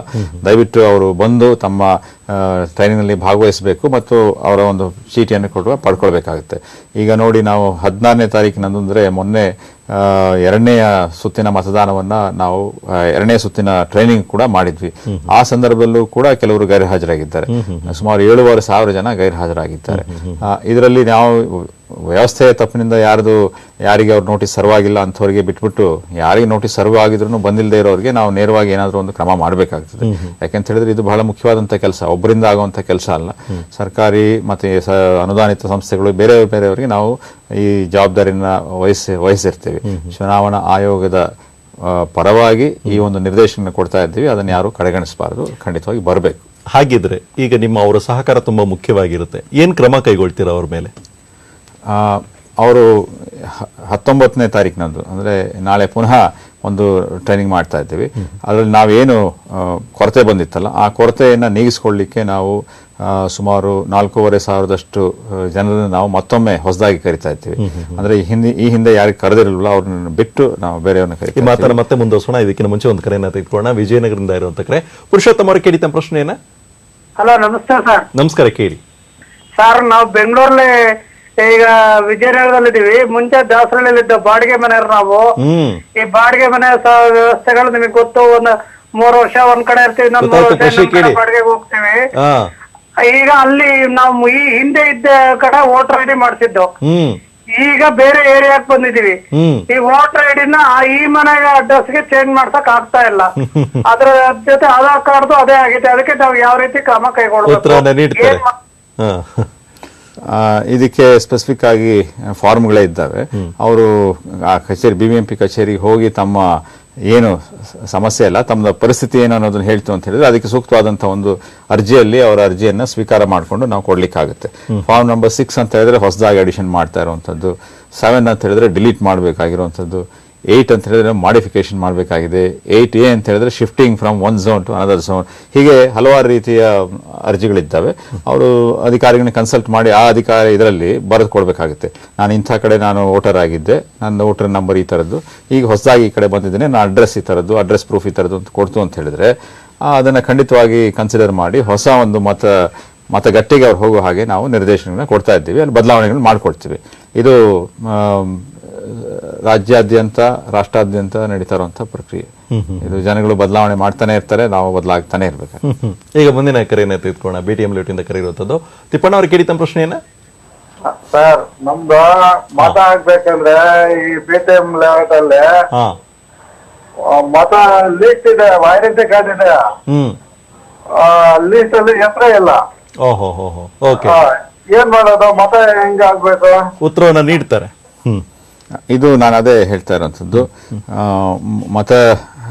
ಮತದಾರರ ಪಟ್ಟಿಯನ್ನು ಸಿದ್ಧ ಮಾಡುವಂಥದ್ದು ಬಹಳ ಬೃಹತ್ತಾದಂಥ ಮತ್ತು ಸಾಕಷ್ಟು ಜನರನ್ನ ಒಳಗೊಂಡು ಕಂಪ್ಯೂಟರ್ಗಳು ಬಳಕೆ ಮಾಡಿಕೊಂಡ್ರು ಸಹ ಬಹಳಷ್ಟು ಜನರನ್ನ ಒಳಗೊಂಡು ಮಾಡ್ತಾ ಇರುವಂಥ ಕೆಲಸ ಆಗಿದೆ ಇದು.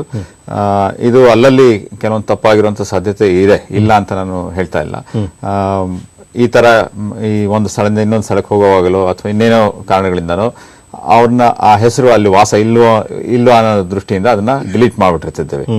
ಆ ಡಿಲೀಟ್ ಮಾಡುವಂಥ ಸಂದರ್ಭದಲ್ಲಿ ಅವರು ಕಾರಣಗಳು ಹಲವಾರು ಇರ್ಬೋದು. ಒಂದು, ಅವರು ನಾವು ಹೋಗೋದಂಥ ಸಂದರ್ಭದಲ್ಲಿ ಯಾರು ಮಾಹಿತಿಯನ್ನು ಕೊಡದೇನೆ ಅವರು ವಾಸ ಇದ್ದಾರೋ ಇಲ್ಲೋ ಅಂತ ಹೇಳ್ತೇನೆ ಇರೋದ್ರಿಂದ ಅದು ಕಟ್ ಆಗಿರ್ಬೋದು. ಇದಲ್ದೇನೆ ಕೆಲವೊಮ್ಮೆ ತಾಂತ್ರಿಕ ದೋಷಗಳಿಂದನೂ ಆಗಿರುವಂತ ಸಂಭವ ಇದೆ. ಆದ್ರಿಂದ ಮುಖ್ಯವಾಗಿ ಅವರ ಹೆಸರು ಮತದಾರರ ಪಟ್ಟಿಯಲ್ಲಿ ಇದೆಯೋ ಇಲ್ವೋ ಅನ್ನೋದನ್ನ ಅವರು ಪರಿಶೀಲನೆ ಮಾಡ್ಕೊಳ್ಬೇಕು. ಇದು ಸುಲಭವಾದ ಕೆಲಸ, ಬಟ್ ಎಲ್ಲರೂ ಮಾಡೋದು ಅಂತ ಹೇಳಿದ್ರೆ ಏನಪ್ಪಾ ಎಲ್ರಿಗೂ ಹೇಳ್ತೀರಿ ಅಂತ ಹೇಳಿ ನೀವು ಕೇಳ್ಬಹುದು. ಆದ್ರೆ ಈ ವೆಬ್ಸೈಟ್ಗೆ ಹೋಯ್ತು ಅಂತ ಹೇಳಿದ್ರೆ ಕೂಡ ಅವರ ಹೆಸರನ್ನ ಅವರು ಪರಿಶೀಲನೆ ಮಾಡ್ಕೊಳ್ಬಹುದು. ಇದು ಎಲ್ರಿಗೂ ಅಡ್ವೈಸ್ ಮಾಡುವಂಥದ್ದು ಏನು ಅಂತ ಹೇಳಿದ್ರೆ, ಮತದಾನ ಇದು ಬರ್ತಾ ಇದೆ, ಚುನಾವಣೆ ಬರ್ತಾ ಇದೆ ಅಂತ ಗೊತ್ತಾದ ತಕ್ಷಣ ಮತದಾರರ ಪಟ್ಟಿಯಲ್ಲಿ ತಮ್ಮ ಹೆಸರು ಇದೆಯೋ ಇಲ್ಲೋ ಅನ್ನೋದನ್ನ ಅವರು ಒಂದು ಸತಿ ಪರಿಶೀಲನೆ ಮಾಡ್ಕೊಳ್ಬೇಕು. ಅಕಸ್ಮಾತ್ ಇರ್ಲಿಲ್ಲ ಅಂತ ಹೇಳಿದ್ರೆ ಅವರು ಸೂಕ್ತವಾದಂತ ಕ್ರಮ ಕೈಗೊಳ್ಳಿಕ್ಕೆ ಸಾಧ್ಯವಾಗುತ್ತೆ. ಆದ್ರೂ ಕುಮಾರ್ ನಾಯಕ್ ಅವರೇ, ನಾನು ಕೇಳುವಂಥದ್ದು, ಕಚೇರಿಗೆ ಹೋದ್ರೆ ನಾವು ಏನಾದ್ರೂ ನಾವು ಅರ್ಜಿ ಕೊಟ್ಟಿದೀವಿ ಅಂತ ಇಟ್ಕೊಳ್ಳೋಣ, ಎಷ್ಟು ದಿವಸದಲ್ಲಿ ತಾವು ನಿರೀಕ್ಷೆ ಇಟ್ಕೊಳ್ತೀರಾ ಬದಲಾವಣೆ ಬೇಕು ಅಥವಾ ಮಾಡ್ತಾರೆ ಅನ್ನೋ? 10 ರಿಂದ 15 ದಿವಸದೊಳಗೆ ಬದಲಾವಣೆಯ ಬಗ್ಗೆ ಅದು ನಿರ್ಧಾರ ಆಗೋಗುತ್ತೆ. ಆದರೆ ಎಷ್ಟೋ ಸಂದರ್ಭಗಳಲ್ಲಿ ಕಚೇರಿಗೆ ಅಲಿತಾನೇ ಇರ್ತಾರೆ, ಅವ್ರ ಕೆಲಸ ಮಾಡ್ದೇನೆ ಹಾಗೆ ಪೆಂಡಿಂಗ್ ನಲ್ಲಿ ಇಟ್ಟಿರುವಂತ ಉದಾಹರಣೆಗಳು ತುಂಬಾ ಇದೆ. ಮತ್ತೊಂದು, ಈಗ ತಾವು ಹೇಳ್ತಾ ಇದ್ದೀರಾ ಪರಿಶೀಲನೆ ಮಾಡಿ ಆ ನಂತರ ಹೆಸರನ್ನ ತೆಗಿಬೇಕು ಅನ್ನೋಂಥದ್ದು. ಆದ್ರೆ ಎಷ್ಟೋ ಸಂದರ್ಭಗಳಲ್ಲಿ ಏನಾಗ್ತಾ ಇದೆ, ಅಲ್ಲಿ ಪರಿಶೀಲನೆ ಮಾಡಿರ್ತಾರೋ ಬಿಟ್ಟಿರ್ತಾರೋ, ಮನೆ ಹತ್ರನೇ ಬಂದಿರೋದಿಲ್ಲ ಅವರು, ಆದ್ರೆ ಹೆಸರನ್ನ ಮಾತ್ರ ತೆಗೆದಿರ್ತಾರೆ. ಇಂಥ ಸಂದರ್ಭಗಳ ಅವರಿದ್ದಾಗ ಅವ್ರಿಗೆ ಅದು ಹಕ್ಕು, ನನ್ನ ಹಕ್ಕದು ಮತದಾನವನ್ನ ಮಾಡುವಂಥದ್ದು. ಈಗ ನಾನು ಇದ್ದೀನಿ, ಅಕಸ್ಮಾತ್ ಇಲ್ಲ ಅಂದಿದ್ರೆ ಪರಿಶೀಲನೆ ಮಾಡಬಹುದು ಅಲ್ಲ ಅಕ್ಕಪಕ್ಕ. ಇವ್ರು ಮತದಾನ ಮಾಡಬೇಕು ಅನ್ನೋದಾದ್ರೆ ಏನ್ ಮಾಡಬೇಕು? This is A fundamental question. ನೀವು ಪ್ರೋಸೆಸ್ ನಲ್ಲಿ ತಪ್ಪಾಗಿದೆ ಅಂತ ಹೇಳ್ತಿದ್ದೀರಿ, ಅದನ್ನ ನಾವು ಚರ್ಚೆ ಮಾಡಬಹುದು. ಯಾಕೆ ಅಂತ ಹೇಳಿದ್ರೆ ಅದು ಬೂತ್ ಲೆವೆಲ್ ವರೆಗೂ ನಾವು ಅಧಿಕಾರಿಗಳನ್ನ ನೇಮಕ ಮಾಡಿರ್ತೀವಿ. ಮತ್ತು ಬೂತ್ ಲೆವೆಲ್ ಅಂತ ಹೇಳಿದ್ರೆ ಬಹಳ ಚಿಕ್ಕದಾದಂಥ ಪ್ರದೇಶ ಇರುತ್ತೆ. ಅದು ಅವರು ಆ ಸಂದರ್ಭದಲ್ಲಿ ಬಂದಂಥ ಅರ್ಜಿಗಳ ಸಂಖ್ಯೆನೂ ಜಾಸ್ತಿ ಇರೋಲ್ಲ. ಬದಲಾವಣೆಗೆ ಅಥವಾ ಹೊಸದಕ್ಕೆ ಅಡಿಷನ್ ಮಾಡೋದು ಕೆಲವೇ 10ಗಳಲ್ಲಿರುತ್ತೆ ಅಥವಾ ಕೆಲವೇ 100ರವರೆಗೂ ಹೋಗೇ ಇರೋಲ್ಲ. ಆದ್ರಿಂದ ಅವರು ಮನೆ ಮನೆಗೆ ಹೋಗಿ ನೋಡ್ಕೊಂಡು ಬಂದು ಮಾಡ್ತಾ ಇರುವಂಥ ಕೆಲಸ. ಇದರಲ್ಲಿ ಸಾಕಷ್ಟು ಇದರ ನಿಖರತೆಯನ್ನು ನಾವು ಕಂಡಿದ್ದೇವೆ. ಆದಾಗ್ಯೂ ಸಹ ಕೆಲವೊಮ್ಮೆ ಈ ರೀತಿ ತಪ್ಪುಗಳು ಅಥವಾ ತೊಂದರೆಗಳಾಗಿರುವಂತಹ ಸಾಧ್ಯತೆಗಳು ಇರ್ತವೆ. ನಾನು ಹೇಳಿದ್ನಲ್ಲ, ಕೆಲವೊಮ್ಮೆ ತಾಂತ್ರಿಕ ದೋಷದಿಂದ ಕೂಡ ತಾಂತ್ರಿಕತೆ ಬಿಡಬಹುದು. ಅಲ್ಲಿ ತಾಂತ್ರಿಕತೆ ಇರ್ಲಿ, ಅಕಸ್ಮಾತ್ ಆ ತರದ್ದೇನಾದ್ರೂ ಆಗಿದ್ರೆ ನೀವು ನೇರವಾಗಿ ಹೇಳ್ಬೋದು ತಾಂತ್ರಿಕತೆಯಿಂದ ಆಗಿದೆ, ಅದಕ್ಕೆ ಪರ್ಯಾಯವಾಗಿ ಏನಾದ್ರೂ ನಾವು ಅದೇ ಹೇಳ್ತಾ ಇದ್ದೀನಿ. ಆನ್ ದಟ್ ಡೇ, ಎಲೆಕ್ಷನ್ ದಿವಸ ಆಗ್ಲಿ ಆವತ್ತಿನ ದಿವಸ ನಾವು ಮತದಾರರ ಪಟ್ಟಿಯಲ್ಲಿ ನಾವು ಏನು ಮುಟ್ಟಕ್ ಆಗೋಲ್ಲ. ಈಗಾಗಲೇ ಅದರದ್ದು ಅಕಸ್ಮಾತ್ ತಾಂತ್ರಿಕತೆ ಅಲ್ದೇನೆ ಇದು ಏನಾದ್ರೂ ಒಬ್ಬ ವೈಯಕ್ತಿಕವಾಗಿ ಮಾಡಿರುವಂತ ಕೆಲಸಗಳೇನಾದ್ರೂ ಆಗಿದ್ರೆ ನೀವೇನ್ ಕ್ರಮ ಕೈಗೊಳ್ತೀರಾ? ವೈಯಕ್ತಿಕ ಅನ್ನೋದಾದ್ರೆ ನಾನು ಹೇಳುವಂತದ್ದು ಬೇಜವಾಬ್ದಾರಿಯಿಂದ. ಅದು ನಾವು ಈ ಮತದಾನದ ದಿವಸವನ್ನ ಬಿಟ್ಟು ಹೊರತಾಗಿ ನಾವು ಪರಿಶೀಲನೆ ಮಾಡಬೇಕಾಗುತ್ತೆ. ಆ ತರದ್ದು ಕಂಪ್ಲೇಂಟ್ ನಾನು ಹೇಳಿದ್ನಲ್ಲ, ದೂರುಗಳು ಬರ್ತಾ ಇರ್ತವೆ ಅಂತ ಹೇಳಿ. ಆ ದೂರುಗಳು ಬರ್ತಾ ಇರೋ ಸಂದರ್ಭದಲ್ಲಿ ನಾವು ನೋಡ್ತಾ ಇದ್ದೀವಿ, ಕೆಲವೊಂದು ಇವರು ಅಜಾಗರೂಕತೆಯಿಂದ ಆಗಿರುವಂತದ್ದು ಅಥವಾ ಇವರು ಓವರ್ ಸೈಟ್ ಇಂದ, ಓವರ್ ಕಾನ್ಫಿಡೆನ್ಸ್ ಇಂದ ಪರವಾಗಿಲ್ಲ ಅಂತ ಹೇಳುವಂಥದ್ದು, ಅಥವಾ ಸಂಖ್ಯೆಗಳು ಬಂದಾಗ ಒತ್ತಡಕ್ಕೆ ಒಳಗಾಗಿ ನಾವು ಒಂದೇ ದಿವಸಕ್ಕೆ ಇಷ್ಟೊಂದು ಮಾಡಬೇಕಾಗುತ್ತಲ್ಲ ದೃಷ್ಟಿಯಿಂದ 3 ಜನ ಪರಿಶೀಲನೆ ಮಾಡಬೇಕಾಗಿರೋ ಕಡೆ ಕೇವಲ ಒಬ್ಬರು ಮಾಡಿರುವಂಥದ್ದು, ಇದೆಲ್ಲ ಕೆಲವೊಂದು ಕಡೆ ನಮ್ಗೆ ಯಾವಾಗ ಕಂಡು ಬರ್ತಾ ಇರ್ತವೆ. ಅದನ್ನೆಲ್ಲ ನಾವು ಖಂಡಿತವಾಗಿ ನಾವು ಪರಿಶೀಲನೆ ಮಾಡ್ತಾ ಇದ್ದೀವಿ. ಮತ್ತು ಎಲ್ಲಿ ತಪ್ಪುಗಳಾಗಿದೆಯಲ್ಲ ಅಲ್ಲಿ ಅವ್ರ ಮೇಲೆ ಕ್ರಮ ಕೈಗೊಂಡು, ಇದೇ ಒಂದು ಎಲೆಕ್ಷನ್ ಕೂಡ ನಾವು ಒಂದಿಬ್ಬರನ್ನ ಸಸ್ಪೆಂಡ್ ಮಾಡಿದ್ವಿ. ಮುಂದಿನ ಕರೆಯನ್ನ ತೆಗೆದುಕೊಳ್ಳೋಣ. ರಾಜಾಜಿನಗರದಿಂದ ಇರುವಂತ ಕರೆ. ನರಸಿಂಹಪ್ರಸಾದ್ ಅವರ ಕೇಳಿತ ಪ್ರಶ್ನೆಯನ್ನ. ನಮಸ್ಕಾರ. ದಯವಿಟ್ಟು ತಮ್ಮ ಟಿವಿ ಧ್ವನಿ ಕಡಿಮೆ ಮಾಡಿ. ದಯವಿಟ್ಟು ತಮ್ಮ ಟಿವಿ ಧ್ವನಿ ಕಡಿಮೆ ಮಾಡಿ, ನೇರವಾಗಿ ದೂರವಾಣಿ ಮೂಲಕ ಮಾತನಾಡಿ. ಓಕೆ, ಕೇಳಿ ಕೇಳಿ. ನಾನು ಆಕ್ಚುಲಿ ಫಸ್ಟ್ ಬ್ಲಾಕ್ ಮನೆ ಸ್ಪಷ್ಟವಾಗಿ ಕೇಳಿಸ್ತಾ ಇಲ್ಲ. ಫಸ್ಟ್ ಬ್ಲಾಕ್ ಇಂದ ಹಾ, ರಾಜಾಜಿನಗರ 1ನೇ ಬ್ಲಾಕ್ ಇಂದ 3ನೇ ಬ್ಲಾಕ್ಗೆ ನಾನು ಶಿಫ್ಟ್ ಆದೆ.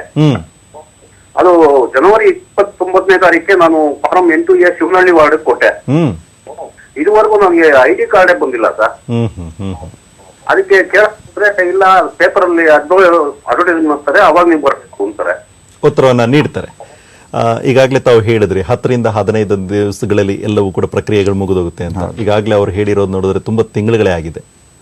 ಅದು ನಾವು ಪರಿಶೀಲನೆ ಮಾಡಬೇಕಾಗ್ತದೆ. ಅವರು ಎಲ್ಲಿ ಯಾವ ಕಚೇರಿಯಲ್ಲಿ ಕೊಟ್ಟಿದ್ದಾರೆ ಅಲ್ಲಿಗೆ ಹೋಗಿ ಅವರು ಅದರ ಬಗ್ಗೆ ಅವ್ರ ಮಾಹಿತಿಯನ್ನು ಪಡ್ಕೊಳ್ಬೇಕಾಗುತ್ತೆ. ಅಲ್ಲಿ ಅವರ ಕಾರ್ಡ್ ಸಿದ್ಧ ಇರಬಹುದು, ಬಹುಶಃ ಅವರು ಭೇಟಿ ನೀಡ್ತು ಅಂತ ಹೇಳಿ ಇನ್ನೂ 3-4 ದಿವಸಗಳ ಕಾಲ ಅವ್ರು ಏನ್ ಹೇಳ್ತಿದ್ದಾರೆ ಅಂತಂದ್ರೆ, ಸಿಬ್ಬಂದಿ ಹೇಳ್ತಿರುವಂತದ್ದು ಇದ್ರ ಬಗ್ಗೆ ಪ್ರಕಟಣೆ ಬರುತ್ತೆ ಅಂತ ಸಂದರ್ಭದಲ್ಲಿ ಅಂತ ಹೇಳ್ತಾರೆ. ಇಲ್ಲ, ಅದು ಅವರು ಯಾವಾಗ ಅರ್ಜಿಯನ್ನು ಕೊಟ್ಟಿದ್ದಾರೆ ಅನ್ನೋದು ಮುಖ್ಯ. ಅವರು ಹಿಂದೆ ಕೊಟ್ಟಿದ್ದಾರೆ ಅನ್ನೋದಾದ್ರೆ ಅವರಿಗೆ ಈಗಾಗಲೇ ಅದು ಪರಿಶೀಲನೆ ಆಗಿ ಅವರು ಸಿದ್ಧ ಇರುತ್ತೆ. ಅದು ದಯವಿಟ್ಟು ಅವ್ರು ಹೋಗಿ ಇನ್ನೊಂದ್ಸಲಿ ತಗೊಳ್ಬಹುದಾಗುತ್ತೆ. ಅವ್ರೇನಾದ್ರೂ ಕೊಡೋದು ಲೇಟ್ ಆಗಿತ್ತು ಅಥವಾ ಕೆಲವೇ ಈ ಹಿಂದಿನ ಲಾಸ್ಟ್ ಕೊನೆ ವಾರದಲ್ಲಿ ಕೊಟ್ಟಿದ್ದಾರೆ ಅಂತ ಹೇಳಿದ್ರೆ ಅದು ಬರಕ್ಕೆ ಟೈಮ್ ಆಗ್ತದೆ. ಮತ್ತೆ ಈಗ ನೀವು ಇಷ್ಟೆಲ್ಲ ಚುನಾವಣೆ ನಡೆಸುವಂತ ಸಂದರ್ಭದಲ್ಲಿ ಕೆಲವೊಂದು ವಾರ್ಡ್ಗಳು ಅತಿ ಹೆಚ್ಚು ಮತದಾರನ ಹೊಂದಿರುವಂತದ್ದು, ಆ ತರದ್ದು ಹೇಳ್ಬೋದಾ? ಇದೆ, ಆ ತರದ್ದು ಕೆಲವೊಂದು ವಾರ್ಡ್ಗಳಲ್ಲಿ ನಮಗೆ ಜನಸಂಖ್ಯೆ ಜಾಸ್ತಿ ಇದೆ, ಇನ್ ಕೆಲವು ವಾರ್ಡಲ್ಲಿ ಜನಸಂಖ್ಯೆ ಕಡಿಮೆ ಇದೆ. ಸಾಧಾರಣವಾಗಿ ಹೇಳ್ತು ಅಂತಂದ್ರೆ 30-35 ಸಾವಿರ ಅಂತ ಹೇಳಿ ಹೇಳ್ಬಹುದು.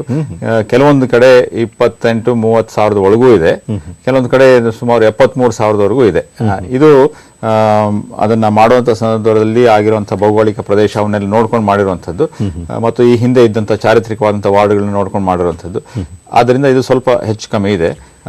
ಇದರ ಬಗ್ಗೆನೇ ಸಾರ್ವಜನಿಕವಾಗಿ ಚರ್ಚೆ ಆಗ್ತಾ ಇದ್ದು, ಇವುಗಳನ್ನ ಸ್ವಲ್ಪ ಬದಲಾವಣೆ ಮಾಡ್ಕೊಳ್ಬೇಕು ಅಂತ ಹೇಳಿ. ನಮಗೆ ಕಾಲಾವಕಾಶ ಈ ಬಾರಿ ಸಿಕ್ಕಿಲ್ಲ. 5 ವರ್ಷ ಮುಗಿದಿದ್ರಿಂದ ಚುನಾವಣೆ ಮಾಡಬೇಕಾಯ್ತು. ಬಹುಶಃ ಮುಂದಿನ ದಿವಸಗಳಲ್ಲಿ ಇದನ್ನ ಸೂಕ್ತ ಅದನ್ನ ಸರಿಪಡಿಸುವಂತದ್ದು. ಸಂದರ್ಭದಲ್ಲಿ ತಾವು ಹೆಚ್ಚು ಮತಗಟ್ಟೆಗಳು ಅಂತಂದ್ರೆ ಎಷ್ಟನ್ನ ತಾವು ಆ ಒಂದು ಪ್ರದೇಶ? ಮತಗಟ್ಟೆಗಳ ಸಂಖ್ಯೆ ಬೇರೆ ಆಗುತ್ತೆ. ಇದು ವಾರ್ಡ್ಗಳಿಗೆ ಜನಸಂಖ್ಯೆ ಎಷ್ಟಾದ್ರೂ ಇರಲಿ, ಅದಕ್ಕೆ ಜನಸಂಖ್ಯೆಗೆ ಅನುಗುಣವಾಗಿ ಮತಗಟ್ಟೆಯನ್ನು ನಾವು ಕೊಡ್ತಾ ಇದ್ದೀವಿ. ಮತದಾರರ ಸಂಖ್ಯೆಯಲ್ಲಿ 1000ರಿಂದ 1500 ಇರೋ ಹಾಗೆ ನಾವು ನೋಡ್ಕೊಳ್ತಾ ಇದ್ದೀವಿ. 1500ಕ್ಕಿಂತ ಜಾಸ್ತಿ ಏನಾದರೂ ಮತದಾರರು ಇದ್ದಾರೆ ಅಂತ ಹೇಳಿದ್ರೆ ಅದಕ್ಕೆ ವಿಭಜನೆ ಮಾಡಿಕೊಂಡು ಹೊಸದಾಗಿ ಮಾಡುವಂಥದ್ದು, ಅಥವಾ ಅದೇ ಒಂದು ಮತಗಟ್ಟೆಗೆ ಒಂದು ಆಕ್ಸಿಲರಿ ಪೋಲಿಂಗ್ ಸ್ಟೇಷನ್ ಅಂತ ಹೇಳಿ ಮಾಡ್ತಾ ಇದ್ದೀವಿ. ಅದಕ್ಕೆ ಪಕ್ಕದಲ್ಲೇ ಒಂದು 2ನೇ ಒಂದು ಬೂತ್ ನ ತೆಕ್ಕೊಂಡು ಅಲ್ಲಿ ಅವಕಾಶ ಮಾಡಿಕೊಡ್ತಾ ಇದ್ದೀವಿ.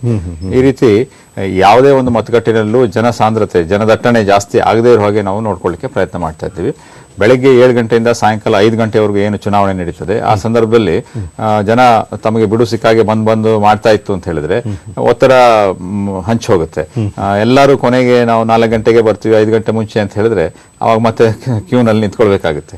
5 ಗಂಟೆ ಸಂದರ್ಭದಲ್ಲಿ ಯಾರು ಕ್ಯೂನಲ್ಲಿ ಇರ್ತಾರೋ ಅವರೆಲ್ಲರೂ ಕೂಡ ವೋಟಿಂಗ್ ಮಾಡೋ ಹಾಗೆ ನಾವು ನೋಡ್ಕೊಳ್ತೀವಿ. 5 ಗಂಟೆ ಮುಗಿದ್ರೂ ಸಹ ತಾವು ಅವ್ರಿಗೆ ಅವಕಾಶವನ್ನ ಮಾಡ್ಕೊಡ್ತೀವಿ. 5 ಗಂಟೆ ಒಳಗಡೆ ಅವರಲ್ಲಿ ಇರ್ಬೇಕು. 5 ಗಂಟೆ ಒಳಗೆ ಕ್ಯೂನಲ್ಲಿ ಇತ್ತು ಅಂತ ಹೇಳಿದ್ರೆ ಕೊನೆಯಲ್ಲಿ ಇರೋರಿಗೆ ನಾವು 1 ಅಂತ ಕೊಟ್ಕೊಂಡು 2 ಅಂತ ತದನಂತರ 1, ಯಾರು ಡಬ್ಬದ ಹತ್ರ ನಿಂತ್ಕೊಂಡಿದ್ದಲ್ಲ EVM ಹತ್ರ ನಿಂತ್ಕೊಂಡ್ರೆ ಅವ್ರಿಗೆ ಕೊನೆ ಸಂಖ್ಯೆ ಕೊಡ್ತಾ ಇದೀವಿ. ಹೀಗೆ ಇಳಿಮುಖವಾಗಿ ಹೋಗ್ತಾ ಇರುತ್ತೆ. ಕೊನೆಯವರು ಬಂದಾಗ ನಾವು ಮತದಾನವನ್ನ ಮಾಡೋದಕ್ಕೆ ಅವಕಾಶಗಳು ಕೊಡ್ತಿದ್ರೆ. ಈಗ ಮುಂದಿನ ಕರೆಯನ್ನ ತೆಗೆದುಕೊಳ್ಳೋಣ. ಬಿಜಿಹಳ್ಳಿಯಿಂದ ಇರುವಂತ ಕರೆ. ಹಲೋ ನಮಸ್ಕಾರ. ನಮಸ್ಕಾರ. ಹಜಾರ್ ಅವರ ಕೇಳಿದ ಪ್ರಶ್ನೆಯನ್ನ. ಬಿಜಿಹಳ್ಳಿಯಿಂದ ಸರ್, ಇದು ಲಾಸ್ಟ್ ಟೈಮ್ ಈ ID ಕಾರ್ಡ್ಸ್ ಎಲ್ಲ ಬಂದಿತ್ತು, ಅದ್ BLF ಕೊಟ್ಟಿಲ್ಲ. ಯಾರ್ಯಾರೋ ಲೀಡರ್ ತಗೊಂಡ್ ಬಂದು ಕೊಡ್ತಾರೆ, ಅವರು ಕೊಡೋದಿಲ್ಲ. 50 ರೂಪಾಯಿ 100 ರೂಪಾಯಿ 200 ರೂಪಾಯಿ ಆ ತರ ವ್ಯಾಪಾರ ಆಗ್ಬಿಡುತ್ತೆ. ಏನ್ ಮತಚೀಟಿನ? ಇಲ್ಲ ID ಕಾರ್ಡ್ಸ್, ವೋಟರ್ ID.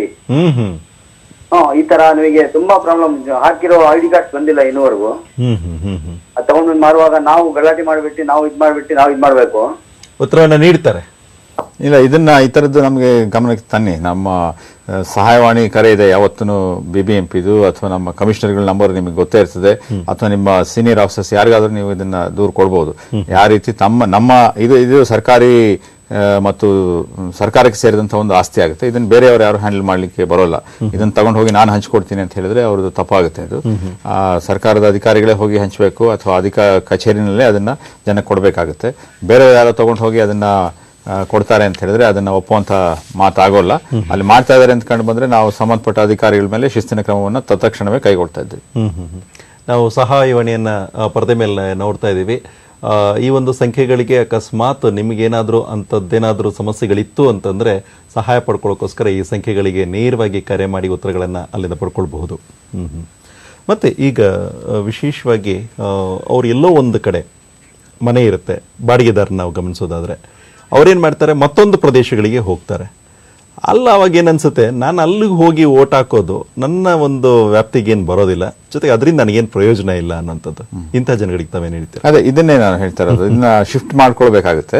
ಅದು ತಾವು ಬಾಡಿಗೆ ಮನೆ ಹೋದ ಚೇಂಜ್ ಮಾಡಿದ ತಕ್ಷಣವೇ ಅದನ್ನ ಅವರು ಎಚ್ಚರಿಕೆ ವಹಿಸಬೇಕು. ಸಾಮಾನ್ಯವಾಗಿ ಯಾರು ಎಚ್ಚರ ವಹಿಸೋಲ್ಲ. ಸಾರ್ವಜನಿಕವಾಗಿ ಪ್ರವೃತ್ತಿ ನಮಗೆ ಗೊತ್ತಿದೆ ಅದು ಏನು ಅಂತ ಹೇಳಿ. ಅದು ಸಾಮಾನ್ಯವಾಗಿ ಆ ಟೈಮ್ನಲ್ಲಿ ಯಾರು ಎಚ್ಚರ ವಹಿಸೋಲ್ಲ. ಚುನಾವಣೆ ಬಂದಾಗ ಮಾತ್ರ ಎದ್ಕೊಳ್ತಿದ್ದೀವಿ, ಮನೆ ಹತ್ರನೇ ಬೂತ್ ಇದ್ರೆ ಚೆನ್ನಾಗಿತ್ತಲ್ವಾ ಅಂತ ಹೇಳಿ. ಅದಕ್ಕೆ ಮುಂಚೆನೆ ಅವರು ಅಪ್ಲಿಕೇಶನ್ ಕೊಟ್ಕೊಂಡಿದ್ರೆ ಆಗ್ತಿತ್ತು. ಹಾಗಿದ್ರೆ ಈಗ ಹಿಂದೆ ನಡೆದಿರುವಂತದ್ದು ಚುನಾವಣೆಯಲ್ಲಿ ಎಷ್ಟು ಶೇಕಡ ಎಷ್ಟಾಗಿದೆ, ಈ ಸರಿ ಎಷ್ಟು ನಿರೀಕ್ಷೆನ ಇಟ್ಕೊಂಡಿದೆ? ಇದು ಈ ಹಿಂದೆ ಬಹಳ ಕಡಿಮೆ ಆಗಿತ್ತು ಅಂತ ಹೇಳಿದ್ರೆ 50ಕ್ಕಿಂತನೂ ಕಡಿಮೆ, ಸುಮಾರು 47-48 ಆಗಿತ್ತು. ಇದು ನಾವು ಸಾರ್ವಜನಿಕವಾಗಿ ನಗರ ಪ್ರದೇಶಗಳಲ್ಲಿ ನೋಡ್ತಾ ಇರುವಂತಹ ಒಂದು ಮತದಾನ ಪ್ರಕ್ರಿಯೆಯ ಬಗ್ಗೆ ಇರುವಂತಹ ಒಂದು ರೀತಿಯ ನಿರುತ್ಸಾಹವನ್ನು ಕೂಡ ಅದು ತೋರಿಸುತ್ತೆ. ಈ ಬಾರಿ ಅದನ್ನು ಹೆಚ್ಚು ಮಾಡಬೇಕು ಅಂತ ಹೇಳಿ ನಾವು ನಿರೀಕ್ಷೆ ಎಷ್ಟು, ನಿಮ್ಮ ಒಂದು ನಿರೀಕ್ಷೆ ಎಷ್ಟಿದೆ? ಒಂದು ಅಂದಾಜು 100 ಆಗಬೇಕು ಅಂತ ನಮ್ಮ ನಿರೀಕ್ಷೆ. ಅದು ಆ ನಿರೀಕ್ಷೆ ಇಟ್ಕೊಳ್ಳೋದ್ರಲ್ಲಿ ತಪ್ಪಿಲ್ಲ ಅಂತ ನಾನು ತಿಳ್ಕೊಂಡಿದ್ದೇನೆ. ಆದ್ರೆ ನಾವು ಪ್ರಾಕ್ಟಿಕಲ್ ಆಗಿ ಯೋಚನೆ ಮಾಡೋದಾಯ್ತು ಅಂತ ಹೇಳಿದ್ರೆ, ಬೇರೆ ಕಡೆ ಯಾವ ರೀತಿ ನಾವು ಅಂದ್ರೆ MP ಎಲೆಕ್ಷನ್ಗೆ ಯಾವ ರೀತಿ ನಡೀತು, MLA ಎಲೆಕ್ಷನ್ಗೆ ಯಾವ ರೀತಿ ನಡೀತು ಅದನ್ನ ನೋಡ್ತು ಅಂತ ಹೇಳಿದ್ರೆ, ಅಲ್ಲಿಗೆ ಹೋಲಿಕೆ ಮಾಡ್ಕೊಂಡ್ರೆ 60-65 ದಾಟಿದ್ರೆ ನಮಗೆ ಬಹಳ ಒಂದು ತೃಪ್ತಿಕರವಾಯಿತು ಅಂತ ಹೇಳಿ ನಾವು ತಿಳ್ಕೊಳ್ಬಹುದು. ಈಗ ಮುಂದಿನ ಕರೆನ ತೆಗೆದುಕೊಳ್ಳೋಣ. ಕಾಮಾಕ್ಷಿ ಪಾಳ್ಯದಿಂದ ಇರುವಂತ ಕರೆ. ರಂಗಸ್ವಾಮಿ ಅವರು ಕೇಳಿ ತಮ್ಮ ಪ್ರಶ್ನೆಯನ್ನ. ಸರ್ ನಮಸ್ಕಾರ. ನಮಸ್ಕಾರ, ಕೇಳಿ ಸರ್. ನಾವು ಇವರು ಕಮಿಷನರ್ ನಾಯಕ್ ಅವ್ರ ಹತ್ರ ಮಾತಾಡ್ಬೇಕು. ಕೇಳಿ ಹೇಳಿ. ಸರ್ 3 ತಿಂಗಳಾಯ್ತು ವೋಟರ್ ಐಡಿಗೆ ಇದೆಲ್ಲ ಕೊಟ್ಟು, ಇನ್ನ ಬಂದಿಲ್ಲ. ಆಗ್ಲೇ ಟಿವಿ ನಲ್ಲೂ ಗಮನಿಸ್ತಾ ಇದ್ವಿ, ಅದೇ ಪ್ರಶ್ನೆ ಯಾರೋ ಶಿವನಹಳ್ಳಿ ಅವ್ರು ಕೇಳಿದ್ರು ನಾವು ಕಾಮಾಕ್ಷಿ ಪಾಳ್ಯದಿಂದ. ಸರ್ ನಿನ್ನೆ ಮೊನ್ನೆ ಎಲ್ಲ ಟಿವಿ ತೋರಿಸ್ತಾ ಇದ್ರು, ಬಾಂಗ್ಲಾದೇಶದವ್ರಿಗೆ ಅವ್ರಿಗೆಲ್ಲ 15 ದಿವಸದಲ್ಲಿ 1 ವಾರದಲ್ಲೆಲ್ಲ ವೋಟರ್ ಐಡಿ ಮಾಡ್ಕೊಟ್ಟಿದ್ದಾರೆ ಅಂತ ಉತ್ತರವನ್ನ ನೀಡ್ತಾರೆ. ನಾವ್ ಇಲ್ಲಿ ಈಗ ಒಟ್ಟಿನಲ್ಲಿ ಅವ್ರಿಗೆ ಬೇಕಾಗಿದೆ. ಅಲ್ಲ, ಇದು ಎಲೆಕ್ಷನ್ ಸಂದರ್ಭದಲ್ಲಿ ನಾವು ಬಹಳ ಈ ರೀತಿಯ ಪ್ರಶ್ನೆಗಳು, ದೂರುಗಳು ಮತ್ತು ನಿಜವಾಗಿರ್ಬೋದಂಥ ಅಹವಾಲುಗಳು ಬರುವಂಥದ್ದು ನಾವು ನೋಡ್ತಾ ಇರ್ತೀವಿ. ಇದನ್ನು ನಾವು ಖಂಡಿತವಾಗಿ ಇದನ್ನು ಉತ್ತಮಪಡಿಸಲಿಕ್ಕೆ, ಇದನ್ನು ಕಡಿಮೆ ಮಾಡಲಿಕ್ಕೆ ಅಥವಾ ಈ ರೀತಿ ದೂರುಗಳು ಬರದೇ ಇರಲಿಕ್ಕೆ ನಾವು ಎಲ್ಲ ಕ್ರಮ ಮಾಡ್ತಿದ್ದೇವೆ. ಇವರು 3 ತಿಂಗಳು ಕಾಯೋದು ಬೇಕಾಗಿಲ್ಲ. ನಾವು ಹೇಳಿರುವಂಥದ್ದು ಇದು ಕಾಲಾವಕಾಶ 15 ದಿವಸಗಳು ಅಂತ ಹೇಳಿ. ಅದು ಆಲ್ಮೋಸ್ಟ್ ಡಬಲ್ ಕಾಯಿಲೆ, 1 ತಿಂಗಳು ಕಾಯಿಲೆ. ಅದು ಆದ್ಮೇಲೆ ಪುನಃ ಕಾಯ್ತಾ ಕೂತಿರುವಂಥದ್ದು ಬೇಕಾಗಿಲ್ಲ. ಅದು ನೇರವಾಗಿ ನಮ್ಮ ಹತ್ರ ಬರ್ಬೋದು. ಈ ನಂಬರ್ಗಳು ನಾವು ಪ್ರಚಾರ ಪಡಿಸ್ತಿದ್ದೇವೆ, ಅದರ ಮೂಲಕ ಅವರು ತಮ್ಮ ಸಹಾಯವನ್ನ ಪಡ್ಕೊಳ್ಬಹುದು ಅಂತ ಹೇಳಿ ಅನಿಸ್ತದೆ. ತೀರಾ ಕಾಯುವಂಥದ್ದು ತಪ್ಪು. ಅಡ್ಜಸ್ಟ್ ಮಾಡ್ಕೊಳ್ಳೋ ಪ್ರವೃತ್ತಿ ಬಿಡಿ, ದಯವಿಟ್ಟು ಬಂದು ಕೇಳಿ.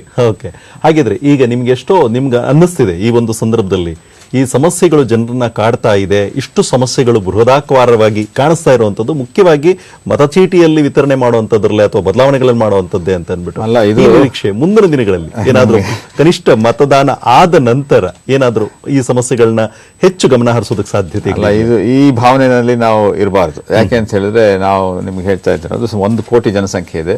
ಆ ಜನಸಂಖ್ಯೆಯಲ್ಲಿ ಸುಮಾರು 72 ಲಕ್ಷ ಜನ ಮತದಾರರಿದ್ದಾರೆ, ಅವ್ರ ನೋಂದಣಿ ಆಗಿದೆ. ಅದರಲ್ಲಿ ನೀವು ನಮಗೆ ಪರ್ಸೆಂಟೇಜ್ ಎಷ್ಟು ಕೊಡ್ತೀರೋ ಅದು ನಿಮಗೆ ಬಿಟ್ಟಿದ್ದು. ಅದರಲ್ಲಿ 98% ಕರೆಕ್ಟ್ ಇದೆಯೋ 95% ಕರೆಕ್ಟ್ ಇದೆಯೋ ಅದು ಪರಿಶೀಲನೆ ಮಾಡಿದ್ರೆ ಅಥವಾ ಜನಗಳು ಅವತ್ತಿನ ದಿವಸ ಬಂದಾಗ ಗೊತ್ತಾಗುತ್ತೆ ನಮಗೆ.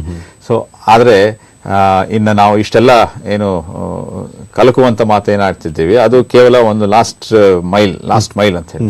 ಇದು ಇರಬೇಕು, ಇದು ಸರಿಯಾಗಬೇಕು, ಅದ್ರ ಬಗ್ಗೆ ಏನು ನಮಗೆ ಸಂಶಯನೇ ಇಲ್ಲ. ಆದ್ರೆ 72 ಲಕ್ಷ ಜನ ಮತದಾರರು ಈಗಾಗಲೇ ನೋಂದಣಿಯಾಗಿದ್ದಾರೆ. ಅವರು ಮತದಾನದ ಬಗ್ಗೆ ಯಾವುದೇ ರೀತಿಯ ಅಸಡ್ಡೆ ಮಾಡಬಾರದು. ಅವರು 22ನೇ ತಾರೀಕಿನಂದು ದಯವಿಟ್ಟು 7 ಗಂಟೆಯಿಂದ 5 ಗಂಟೆ ಯಾವತ್ತಾದ್ರೂ ಯಾವ ಸಮಯದಲ್ಲಾದ್ರೂ ಸರಿನೆ ಬಂದು ವೋಟಿಂಗ್ ಮಾಡಬೇಕಾಗುತ್ತೆ.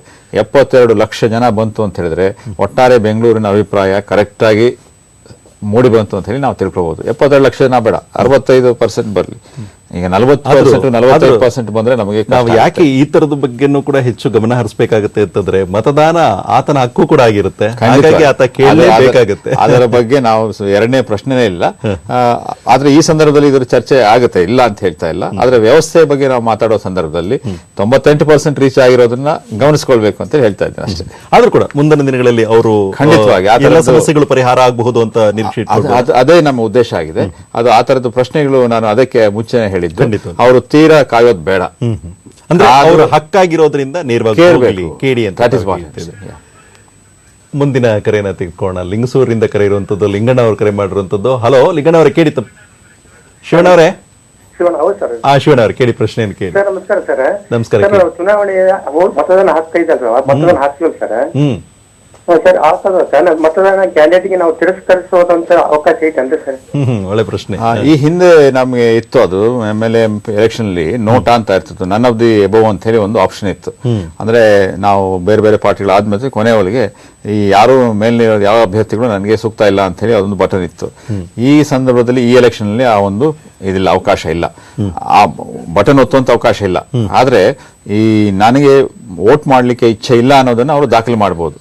ಅವರು ಮತಗಟ್ಟೆ ಒಳಗೆ ಬರಬೇಕು. ಈ ಹಿಂದೆ ಯಾವ ರೀತಿ ಬಂದು ನೋಟಾ ಓದ್ತಾ ಇದ್ರಲ್ಲ, ಮತಗಟ್ಟೆ ಒಳಗೆ ಬರಬೇಕು. ಅದಕ್ಕೆ ಅವರು ತಾವು ಐಡೆಂಟಿಫೈ ಮಾಡ್ಕೊಂಡು ತಮ್ಮದು ಯಾವ್ದು ಹೆಸರು ಎಲ್ಲ ಹೇಳಿ ಒಳಗೆ ಬರಬೇಕಾಗುತ್ತೆ. ಬಂದ್ಮೇಲೆ ಬಟನ್ ಒತ್ತೋ ಬದಲು ಅವರು ಮತಗಟ್ಟೆ ಅಧಿಕಾರಿಗಳಿಗೆ ಹೇಳ್ಬೇಕಾಗುತ್ತೆ ನಾನು ವೋಟ್ ಮಾಡೋಲ್ಲ ಅಂತ ಹೇಳಿ. ಆವಾಗ ಅವರು ಒಂದು ರಿಜಿಸ್ಟರ್ ಅಲ್ಲಿ ಅವ್ರ ಹೆಸರು ಇದು ಬರ್ಕೊಳ್ತಾ ಇದ್ದಾರೆ, ಇಂಥವ್ರು ಮತದಾನ ಹಾಕ್ಲಿಕ್ಕೆ ಅವರು ನಿರಾಕರಿಸಿದ್ರು ಅಂತ ಹೇಳಿ. ಉದ್ದೇಶ ಏನು? ನಿರಾಕರಣೆ ಉದ್ದೇಶ ಇದೆ ರೀ, ನನ್ನದು ಎಬೋ ಅಂತ ಹೇಳಿ ನಾವು ತಿಳ್ಕೊಂಡಿದ್ದೇವೆ. ಈ ಹಿಂದೆ ಇದ್ದಂತ ಒಂದು ವ್ಯವಸ್ಥೆ, ಆ ವ್ಯವಸ್ಥೆನೇ ಇಲ್ಲಿ ಈ ಎಲೆಕ್ಷನ್ ಅಲ್ಲಿ ಮುಂದುವರಿಸ್ತಾ ಇದ್ದೇವೆ. ಇದಕ್ಕೆ ಕಾನೂನಿನ ಸ್ವಲ್ಪ ತೊಡಕಿರೋದ್ರಿಂದ, ರಾಜ್ಯದ ಕಾನೂನಿನ ತೊಡಕಿರೋದ್ರಿಂದ ಇದನ್ನ ಮಾಡ್ತಾ ಇದ್ದೀವಿ. ಈ ಕಾನೂನಲ್ಲಿ ಸ್ವಲ್ಪ ಬದಲಾವಣೆ ಆಯ್ತು ಅಂತ ಹೇಳಿದ್ರೆ ಮುಂದಿನ ಎಲೆಕ್ಷನ್ ಅಲ್ಲಿ ಬಹುಶಃ ನೋಟಾ ಅನ್ನೋದು ನಮ್ಮ EVM ಅಲ್ಲೇ ಬಂದ್ಬಿಡ್ತದೆ. ಈಗ ಮುಂದಿನ ಕರೆಯನ್ನ ತೆಗೆದುಕೊಳ್ಳೋಣ. ಆಟಿ ನಗರದಿಂದ ಕರೆ ಇರುವಂತದ್ದು. ಆನಂದ್ ಅವರೇ ಕೇಳಿ ತಮ್ಮ ಪ್ರಶ್ನೆಯನ್ನ. ನಮಸ್ಕಾರ ಸರ್. ನಮಸ್ಕಾರ. ನಾನು ವಿಶ್ವನಾಥನಹಳ್ಳಿ ವಾರ್ಡ್ ನಂಬರ್ 22 ಸರ್. ಕೇಳಿ. ಈಗಾಗಲೇ ಇದು ಇದಿದೆ, ನಮ್ದು ಹೆಸರು ಬೂತ್ ಲಿಸ್ಟ್ ನಲ್ಲಿ ಹೆಸರುಗಳು ಹಳೆ ಬೂತ್ ಲಿಸ್ಟ್ 130, 129 ಇದೆ ಇದು ಬೂತ್ ನಂಬರ್. ಅದೇ ಈಗ ಬೈಫರ್ಫಿಕೇಶನ್ ಆಗಿ 30 ವಾರ್ಡ್ ನಂಬರ್ ಆಗಿದೆ. ಸೇಮ್ ಬೀದಿ, ಸೇಮ್ ಮತದಾರರು, ಅದೇ ಒಬ್ಬ ಬಟ್ ಅದ್ರ ಹೆಸರಿಲ್ಲ. ಆದ್ರೆ ನಾವು ಹಳೆ ಬೂತ್ ಇಂದ ಲಿಸ್ಟ್ ತೆಗೆದು ಅವರಿಗೆ ಮತದಾನ ಕಳಿಸಬಹುದು ಅಂತ. ಹಳೆ ಲಿಸ್ಟ್ ನೊಳಗೆ ಅವ್ರ ಹೆಸರಿದೆ, ಲಿಸ್ಟ್ ನೊಳಗೆ ಇಲ್ಲ. ಕೆಲವ್ರದ್ದು ಹಳೆ ಕಾರ್ಡ್ ಇರ್ತದೆ, ಅವ್ರದ್ದು ಹೊಸ ಲಿಸ್ಟ್ ನೊಳಗೆ ಇರಲ್ಲ, ಮತ್ತೆ ಅದೇ ಹಳೆ ಲಿಸ್ಟ್ ನೊಳಗಿದೆ. ಲಾಸ್ಟ್ ಟೈಮ್ ಇಲೆಕ್ಷನ್ ಆಗಿತ್ತು. ಈಗಾಗಲೇ ಇದಕ್ಕೆ ಉತ್ತರವನ್ನ ನೀಡಿದ್ದಾರೆ, ಆದ್ರೂ ಕೂಡ ಮತ್ತೊಮ್ಮೆ ಉತ್ತರವನ್ನ ನೀಡ್ತಾ ಇದ್ದಾರೆ. ಇಲ್ಲ, ಈಗ ಏನ್ ಮಾಡ್ಬೇಕು ಅವರು, ಈಗ ಸದ್ಯದ ಪರಿಸ್ಥಿತಿನಲ್ಲಿ ನಾವು ಸೊಲ್ಯೂಷನ್ ಕೊಡೋದು ಏನಂತ ಹೇಳಿದ್ರೆ, ಆ ವೆಬ್ಸೈಟ್ಗೆ ಹೋಗ್ಲಿ, www.bbmp.gov.in ಅಂತ ಹೇಳಿ, ಅಲ್ಲಿಗೆ ಹೋಗಿ ನೋಡ್ತು ಅಂತ ಹೇಳಿದ್ರೆ ತಮ್ಮ ಹೆಸರು ಯಾವ್ದ್ರಲ್ಲಿ ಇದೆ ಅಂತ ಹೇಳಿ ಗೊತ್ತಾಗುತ್ತೆ. ಅದನ್ನ ಹುಡುಕ್ಲಿಕ್ಕೂ ಕೂಡ ಬಹಳ ಸುಲಭವಾದ. ಅವ್ರ ಹೆಸರಿನ 3 ಅಕ್ಷರಗಳನ್ನ ಅವರು ಟೈಪ್ ಮಾಡಬೇಕು. ಸರ್ಚ್ ಮಾಡ್ತು ಅಂತ ಹೇಳಿದ್ರೆ ಅವ್ರದ್ದು ಯಾವ್ದ್ರಲ್ಲಿ ಇದೆ ಅನ್ನೋದು ಅವ್ರಿಗೆ ಗೊತ್ತಾಗುತ್ತೆ. ಯಾವ ಮತಗಟ್ಟೆಯೊಳಗೆ ಅವ್ರ ಹೆಸರಿದೆಯೋ ಅಂತ ಕಡೆ ಅವರು ಹೋಗಿ ವೋಟ್ ಮಾಡಿ ತಮ್ಮ ಹಕ್ಕನ್ನ ಅಲ್ಲಿ ಚಲಾಯಿಸಬಹುದಾಗುತ್ತೆ. ಅದು ಈಗ ಆ ಮತಗಟ್ಟೆಯಿಂದ ಬೇರೆ ಕಡೆ ಹೋಗಬೇಕಾಗುತ್ತೆ ಅನ್ನೋ ಹಕ್ಕನ್ನ ಅವರು ಪಡಿಬೇಕಾದ್ರೆ ಮುಂದಿನ ಸಲ ಅವರು ಅರ್ಜಿ ಕೊಟ್ಟು ಬದಲಾವಣೆಯನ್ನ ಅವರು ಪಡ್ಕೊಳ್ಬಹುದಾಗುತ್ತೆ. ಮತ್ತೊಂದು ಕರೆಯನ್ನ ತೆಗೆದುಕೊಳ್ಳೋಣ. ಲಿಂಗಸೂರಿಂದ ಕರೆ ಇರುವಂತದ್ದು. ಲಿಂಗಸೂರಿಂದ. ಹಲೋ. ಮೋಹನ್ ಚಂದ್ರ ಅವ್ರು ಕೇಳಿ ತಮ್ಮ ಪ್ರಶ್ನೆಯನ್ನ. ವೋಟರ್ ಲಿಸ್ಟ್ ನಾಗ ಇರುತ್ತೆ, ಹೆಸರು ಇರುತ್ತಲ್ರಿ, ತೆಗೆಯೋದು, ಆಮೇಲೆ ಆಡ್ ಮಾಡೋದು, ಕೂಡ್ಸೋದು, ತೆಗೆಯೋದು ಮಾಡ್ಬೇಕಪ್ಪ ಅಂದ್ರೆ ಯಾವ್ದನ್ನ ಮಾಡಿಸ್ಬೋದು ಅಂತ ಕೊಟ್ಟೋದನ್ನ ಯಾವಾಗ ಬೇಕಾದ್ರೂ ಮಾಡಿಸ್ಬೋದು ಅಂತ ಈಗಾಗಲೇ ಹೇಳಿದ್ದಾರೆ ಆಯುಕ್ತರು. ಜೊತೆಗೆ ಚುನಾವಣಾಧಿಕಾರಿಗಳಾಗಿ ಅವರು ಅದನ್ನ ಉತ್ತರವನ್ನ ನೀಡಿದ್ದಾರೆ. ಮತ್ತೆ ನಾವು ಲಿಂಗಸೂರಿಂದನೂ ಪ್ರಶ್ನೆ ಬರ್ತಾ ಇರೋದು ಬಹಳ ಸಂತೋಷ. ಆದ್ರೂ ಕೂಡ ಚುನಾವಣೆ ಬೃಹತ್ ಬೆಂಗಳೂರು ಮಹಾನಗರ ಪಾಲಿಕೆನಲ್ಲಾದ್ರೂ ಕೂಡ ಇದು ಸಮಸ್ಯೆಗಳು ಸರ್ವೇ ಸಾಮಾನ್ಯವಾಗಿರೋದ್ರಿಂದ ಅಲ್ಲಿಯೂ ಕೂಡ ಅಂತ ಆಸಕ್ತಿಯನ್ನು ಮೂಡಿಸ್ಕೊಂಡಿದ್ದಾರೆ. ಅಲ್ಲಿ ಹಿಂದೆ ನಾನು ರಾಯಚೂರು ಜಿಲ್ಲಾಧಿಕಾರಿ ಆಗಿಲ್ಲ, ಬಹುಶಃ ನಮ್ಮ ಹಳೆ ಸಂಬಂಧ ಅಂತ ಕಾಣಿಸ್ತದೆ. ಈ ನಿಟ್ಟಿನಲ್ಲಿ ತಾವು ಹೇಳ್ತಾ ಇದ್ರಿ, ನಾವು ಮತದಾನವನ್ನ ಹೆಚ್ಚು ಮಾಡೋ ಉದ್ದೇಶಕ್ಕೋಸ್ಕರ, ಜನಗಳನ್ನ ಕರೆಯೋ ಉದ್ದೇಶಕ್ಕೋಸ್ಕರ ನಾವೆಲ್ಲ ಪ್ರಚಾರವನ್ನು ಕೂಡ ಮಾಡ್ತಾ ಇದೀವಿ ಅಂತ. ಎಷ್ಟೋ ಜನಗಳಿಗೆ ಅನ್ಸುತ್ತೆ ನಾನು ಮತದಾನ ಮಾಡಬೇಕು ಅಂತ. ಆದ್ರೆ ಖಾಸಗಿ ಸಂಸ್ಥೆಗಳಲ್ಲೂ ಕೂಡ ಕೆಲಸ ಮಾಡ್ತಿರ್ತಾರೆ, ಅವ್ರಿಗೆ ರಜಾ ಅನ್ನುವಂಥದ್ದು ಹೇಗೆ? ಇದ್ರ ಬಗ್ಗೆ ತಾವೇನು ನೀಡ್ತಿದ್ರಿ? ಇದು ಈಗಾಗಲೇ ಎಲೆಕ್ಷನ್ ದಿವಸ ರಜಾ ಅನ್ನೋದನ್ನ ಸರ್ಕಾರ ಘೋಷಣೆ ಮಾಡಿದೆ. ನೆಗೋಷಿಯಬಲ್ ಇನ್ಸ್ಟ್ರೂಮೆಂಟ್ಸ್ ಆಕ್ಟ್ ಅಲ್ಲಿ ಅವರು ಘೋಷಣೆ ಮಾಡಿರೋದ್ರಿಂದ ಎಲ್ಲ ಫ್ಯಾಕ್ಟರಿಗಳವರಾಗ್ಲಿ ಯಾರೇ ಆಗ್ಲಿ ಖಾಸಗಿ ಅವರು ರಜಾ ಕೊಡಬೇಕಾಗುತ್ತೆ. ಅದನ್ನ ನಾನು ವಿಶೇಷವಾದಂಥ ಒಂದು ಸಭೆಯನ್ನು ಕೂಡ ಕರಿತಾ ಇದ್ದೇನೆ.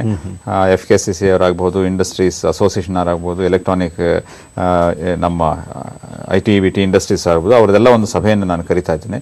ಕರೆದ್ಬಿಟ್ಟು ಅವರಿಗೂ ಕೂಡ ನಾವು ಸೂಚನೆಯನ್ನ, ಕೋರಿಕೆಯನ್ನ ಮತ್ತು ತಿಳುವಳಿಕೆಯನ್ನ ಕೊಡ್ತಾ ಇದ್ದೀವಿ. ಯಾಕಂದ್ರೆ ಅದು ಮೂಲಭೂತ ಹಕ್ಕಾಗ್ತದೆ. ಆವತ್ತಿನ ದಿವಸ ನಾವು ರಜಾ ಕೊಡ್ದೇನೆ ಅವ್ರನ್ನ ಅಲ್ಲೇ ಕೂಡ ಹಾಕೊಳ್ಳುವಂಥದ್ದು ಅಂತ ಹೇಳಿದ್ರೆ ಅದು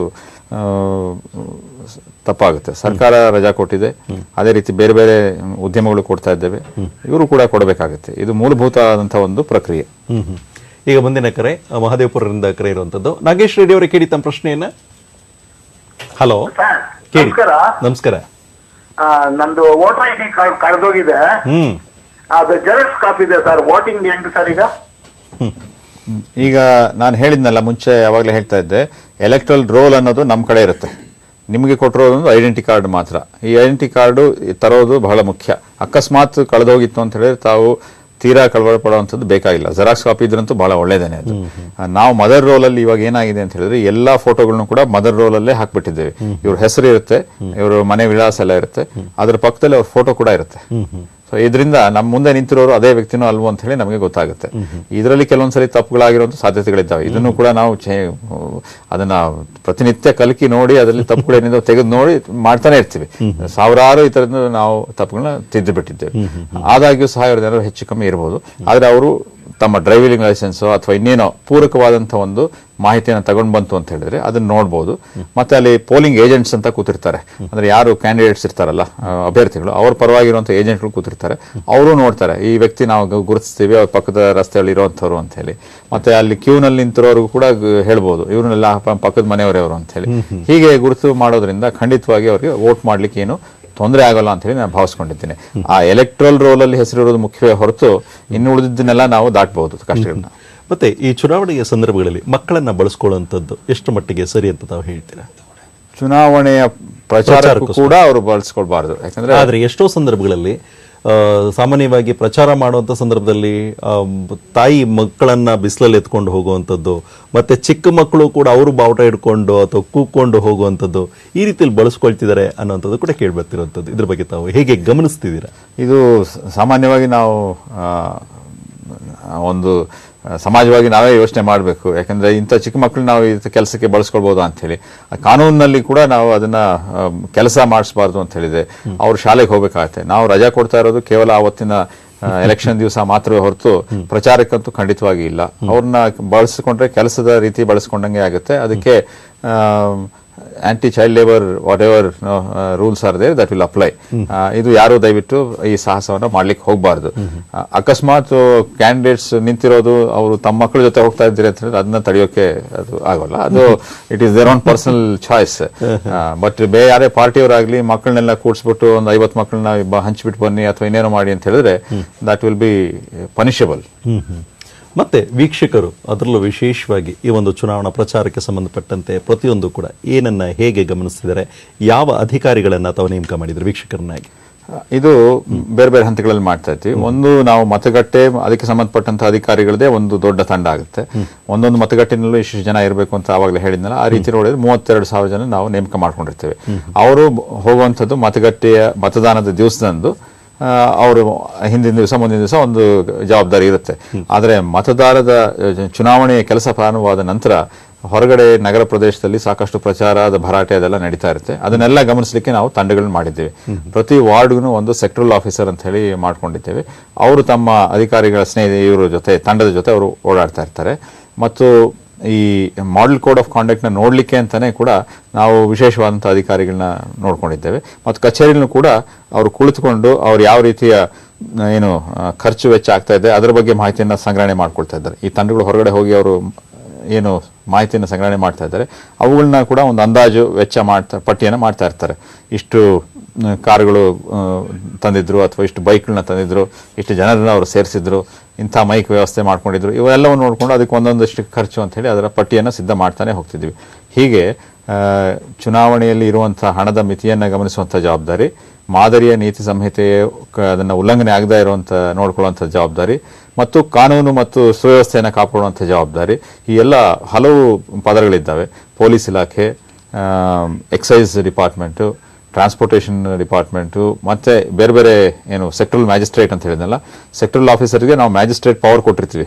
ಅಂದ್ರೆ ಅವರು ಅಸಿಸ್ಟೆಂಟ್ ಕಮಿಷನರ್ ಆಗಿ ತಹಶೀಲ್ದಾರ್ ಆಗಿ ಕೆಲಸ ಮಾಡುವಷ್ಟು ಶಕ್ತಿಯನ್ನ ಪ್ರತಿಯೊಂದು ಸೆಕ್ಟರ್ ಇರುವಂತ ಬೇರೆ ಬೇರೆ ಅಧಿಕಾರಿಗಳು ಕೊಟ್ಟಿರ್ತೀವಿ.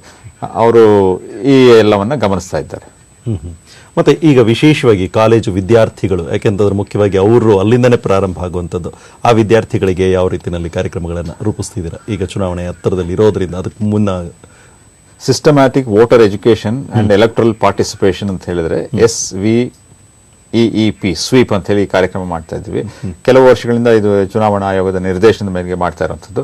ಇದರ ಮುಖ್ಯ ಉದ್ದೇಶ ಅಂತ ಹೇಳಿದ್ರೆ ಯಾವ ರೀತಿ ನಾವು ಚುನಾವಣೆಯಲ್ಲಿ ಮತದಾನದ ಸಂಖ್ಯೆಯನ್ನು ಹೆಚ್ಚು ಮಾಡಬೇಕು ಅಂತ ಹೇಳಿ. ಈ ಬಾರಿ ಏನ್ ಮಾಡ್ತಾ ಇದ್ದೀವಿ ಅಂತ ಹೇಳಿದ್ರೆ ಪದವಿ ಕಾಲೇಜಿನ ವಿದ್ಯಾರ್ಥಿಗಳ ಒಂದು ಸಮಾವೇಶವನ್ನ ಇವತ್ತಿನ ದಿವಸ ನಾವು ಇಟ್ಕೊಂಡಿದ್ದೇವೆ ಜ್ಞಾನಜ್ಯೋತಿ ಆಡಿಟೋರಿಯಂನಲ್ಲಿ, ಸೆಂಟ್ರಲ್ ಕಾಲೇಜಿನಲ್ಲಿರುವಂಥ ಕಡೆ.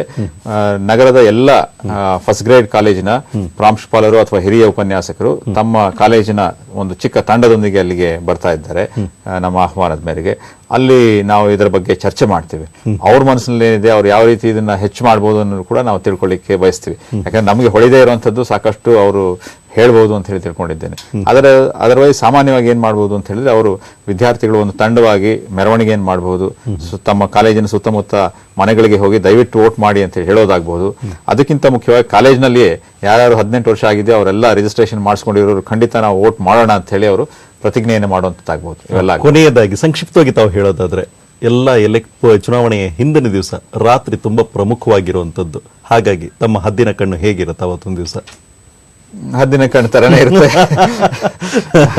ನಾವು ಯಾವುದೇ ರೀತಿಯ ಒಂದು ಮಾಲ್ ಪ್ರಾಕ್ಟೀಸ್ ಅಥವಾ ಒಂದು ತಪ್ಪುಗಳಾಗದೇ ಇರೋದಕ್ಕೆ ನೋಡ್ಲಿಕ್ಕೆ ಪ್ರಯತ್ನ ಮಾಡ್ತಾ ಇದ್ದೀವಿ. ಅದು ಎಲ್ಲೆಲ್ಲಿ ಸೂಕ್ಷ್ಮ ಪ್ರದೇಶಗಳು ಅನ್ನೋದನ್ನು ಕೂಡ ನಮಗೂ ನಾವು ಪಟ್ಟಿಯನ್ನು ಮಾಡ್ಕೊಂಡಿರ್ತೀವಿ. ಎಲ್ಲಿ ತೀವ್ರತರವಾದಂಥ ಸ್ಪರ್ಧೆ ಇರುತ್ತೆ, ಎಲ್ಲಿ ಈ ರೀತಿಯ ಆಮಿಷಗಳನ್ನ ಒಡ್ಡುವಂಥ ಒಂದು ಟೆಂಡೆನ್ಸಿ ಇದೆ, ಒಂದು ಪ್ರವೃತ್ತಿ ಇದೆ ಅನ್ನೋದನ್ನ ಕೂಡ ನಾವು ಗಮನಿಸ್ತಾ ಇರ್ತೀವಿ. ಅಂತ ಕಡೆ ನಾವು ನಮ್ಮ ಕಾವಲನ್ನು ಹೆಚ್ಚು ಮಾಡ್ತಾ ಇದ್ದೀವಿ. ಸೊ ಒಟ್ಟಾರೆಯಾಗಿ ವೀಕ್ಷಕರೇ, ಒಟ್ಟಿನಲ್ಲಿ ಬೃಹತ್ ಬೆಂಗಳೂರು ಮಹಾನಗರ ಪಾಲಿಕೆಗೆ ಚುನಾವಣೆ ಅನ್ನುವಂಥದ್ದು ಆಗಸ್ಟ್ 22ನೇ ತಾರೀಕು ಬಂದಿರುವಂಥದ್ದು. ತಮ್ಮೆಲ್ಲರಿಗೂ ಕೂಡ 18 ವರ್ಷ ತುಂಬಿರುವಂಥವರು, ಮತದಾರರ ಪಟ್ಟಿಯಲ್ಲಿ ಹೆಸರಿರುವಂಥವರು, ತಾವೆಲ್ಲರೂ ಕೂಡ ಹೋಗಿ ಮತದಾನವನ್ನ ಮಾಡಿ ನಿಮ್ಮ ಹಕ್ಕನ್ನು ಚಲಾಯಿಸಿ. ಅದರಲ್ಲೂ ವಿಶೇಷವಾಗಿ ತಮ್ಮ ಪಟ್ಟಿಯಲ್ಲಿ ನಮ್ಮ ಹೆಸರು ಇದೆಯಾ ಅನ್ನೋಂಥದ್ದನ್ನು ಕೂಡ ಅದಕ್ಕಿಂತ ಪೂರ್ವಭಾವಿಯಾಗಿ ಪರಿಶೀಲನೆಯನ್ನು ಮಾಡ್ಕೊಳ್ಳಿ. ಅಕಸ್ಮಾತ್ ಇಲ್ಲ ಅಂದ್ರೂ ಕೂಡ ಮತದಾನವಾದ ನಂತರ ಸರಿಯಾಗಿದೆಯಾ ಇಲ್ವಾ ಅನ್ನೋದನ್ನು ಕೂಡ ತಾವು ಪರಿಶೀಲನೆ ಮಾಡಬಹುದು. ಈಗಾಗಲೇ ಹೇಳಿದರೆ 10 ರಿಂದ 15 ದಿನಗಳು ಹೆಚ್ಚಿನ ಅವಕಾಶಗಳು ಬೇಕಾಗಿಲ್ಲ ಅಂತ ಕೂಡ ಹೇಳ್ತಾ ಇದ್ದಾರೆ. ಇದುವರೆಗೂ ಬೃಹತ್ ಬೆಂಗಳೂರು ಮಹಾನಗರ ಪಾಲಿಕೆ ಚುನಾವಣೆಗೆ ಸಂಬಂಧಪಟ್ಟಂತೆ ಹೆಚ್ಚಿನ ಮಾಹಿತಿಯನ್ನು ನೀಡಿದಂಥವರು ಜಿಲ್ಲಾ ಚುನಾವಣಾಧಿಕಾರಿಗಳು ಹಾಗೂ ಬೃಹತ್ ಬೆಂಗಳೂರು ಮಹಾನಗರ ಪಾಲಿಕೆಯ ಆಯುಕ್ತರು ಆಗಿರುವಂತಹ ಹಿರಿಯ IAS ಅಧಿಕಾರಿ ಶ್ರೀ G. ಕುಮಾರ್ ನಾಯಕ್ ಅವರು. ಅವರಿಗೆ ನಮ್ಮ ದೂರದರ್ಶನದ ಪರವಾಗಿ ಹಾಗೂ ನಮ್ಮೆಲ್ಲ ವೀಕ್ಷಕರ ಪರವಾಗಿ ಅನಂತ ಧನ್ಯವಾದಗಳನ್ನು ಹೇಳ್ತಾ ಕಾರ್ಯಕ್ರಮವನ್ನು ಮುಗಿಸ್ತಾ ಇದ್ದೇವೆ. ನಮಸ್ಕಾರ. ನಮಸ್ಕಾರ.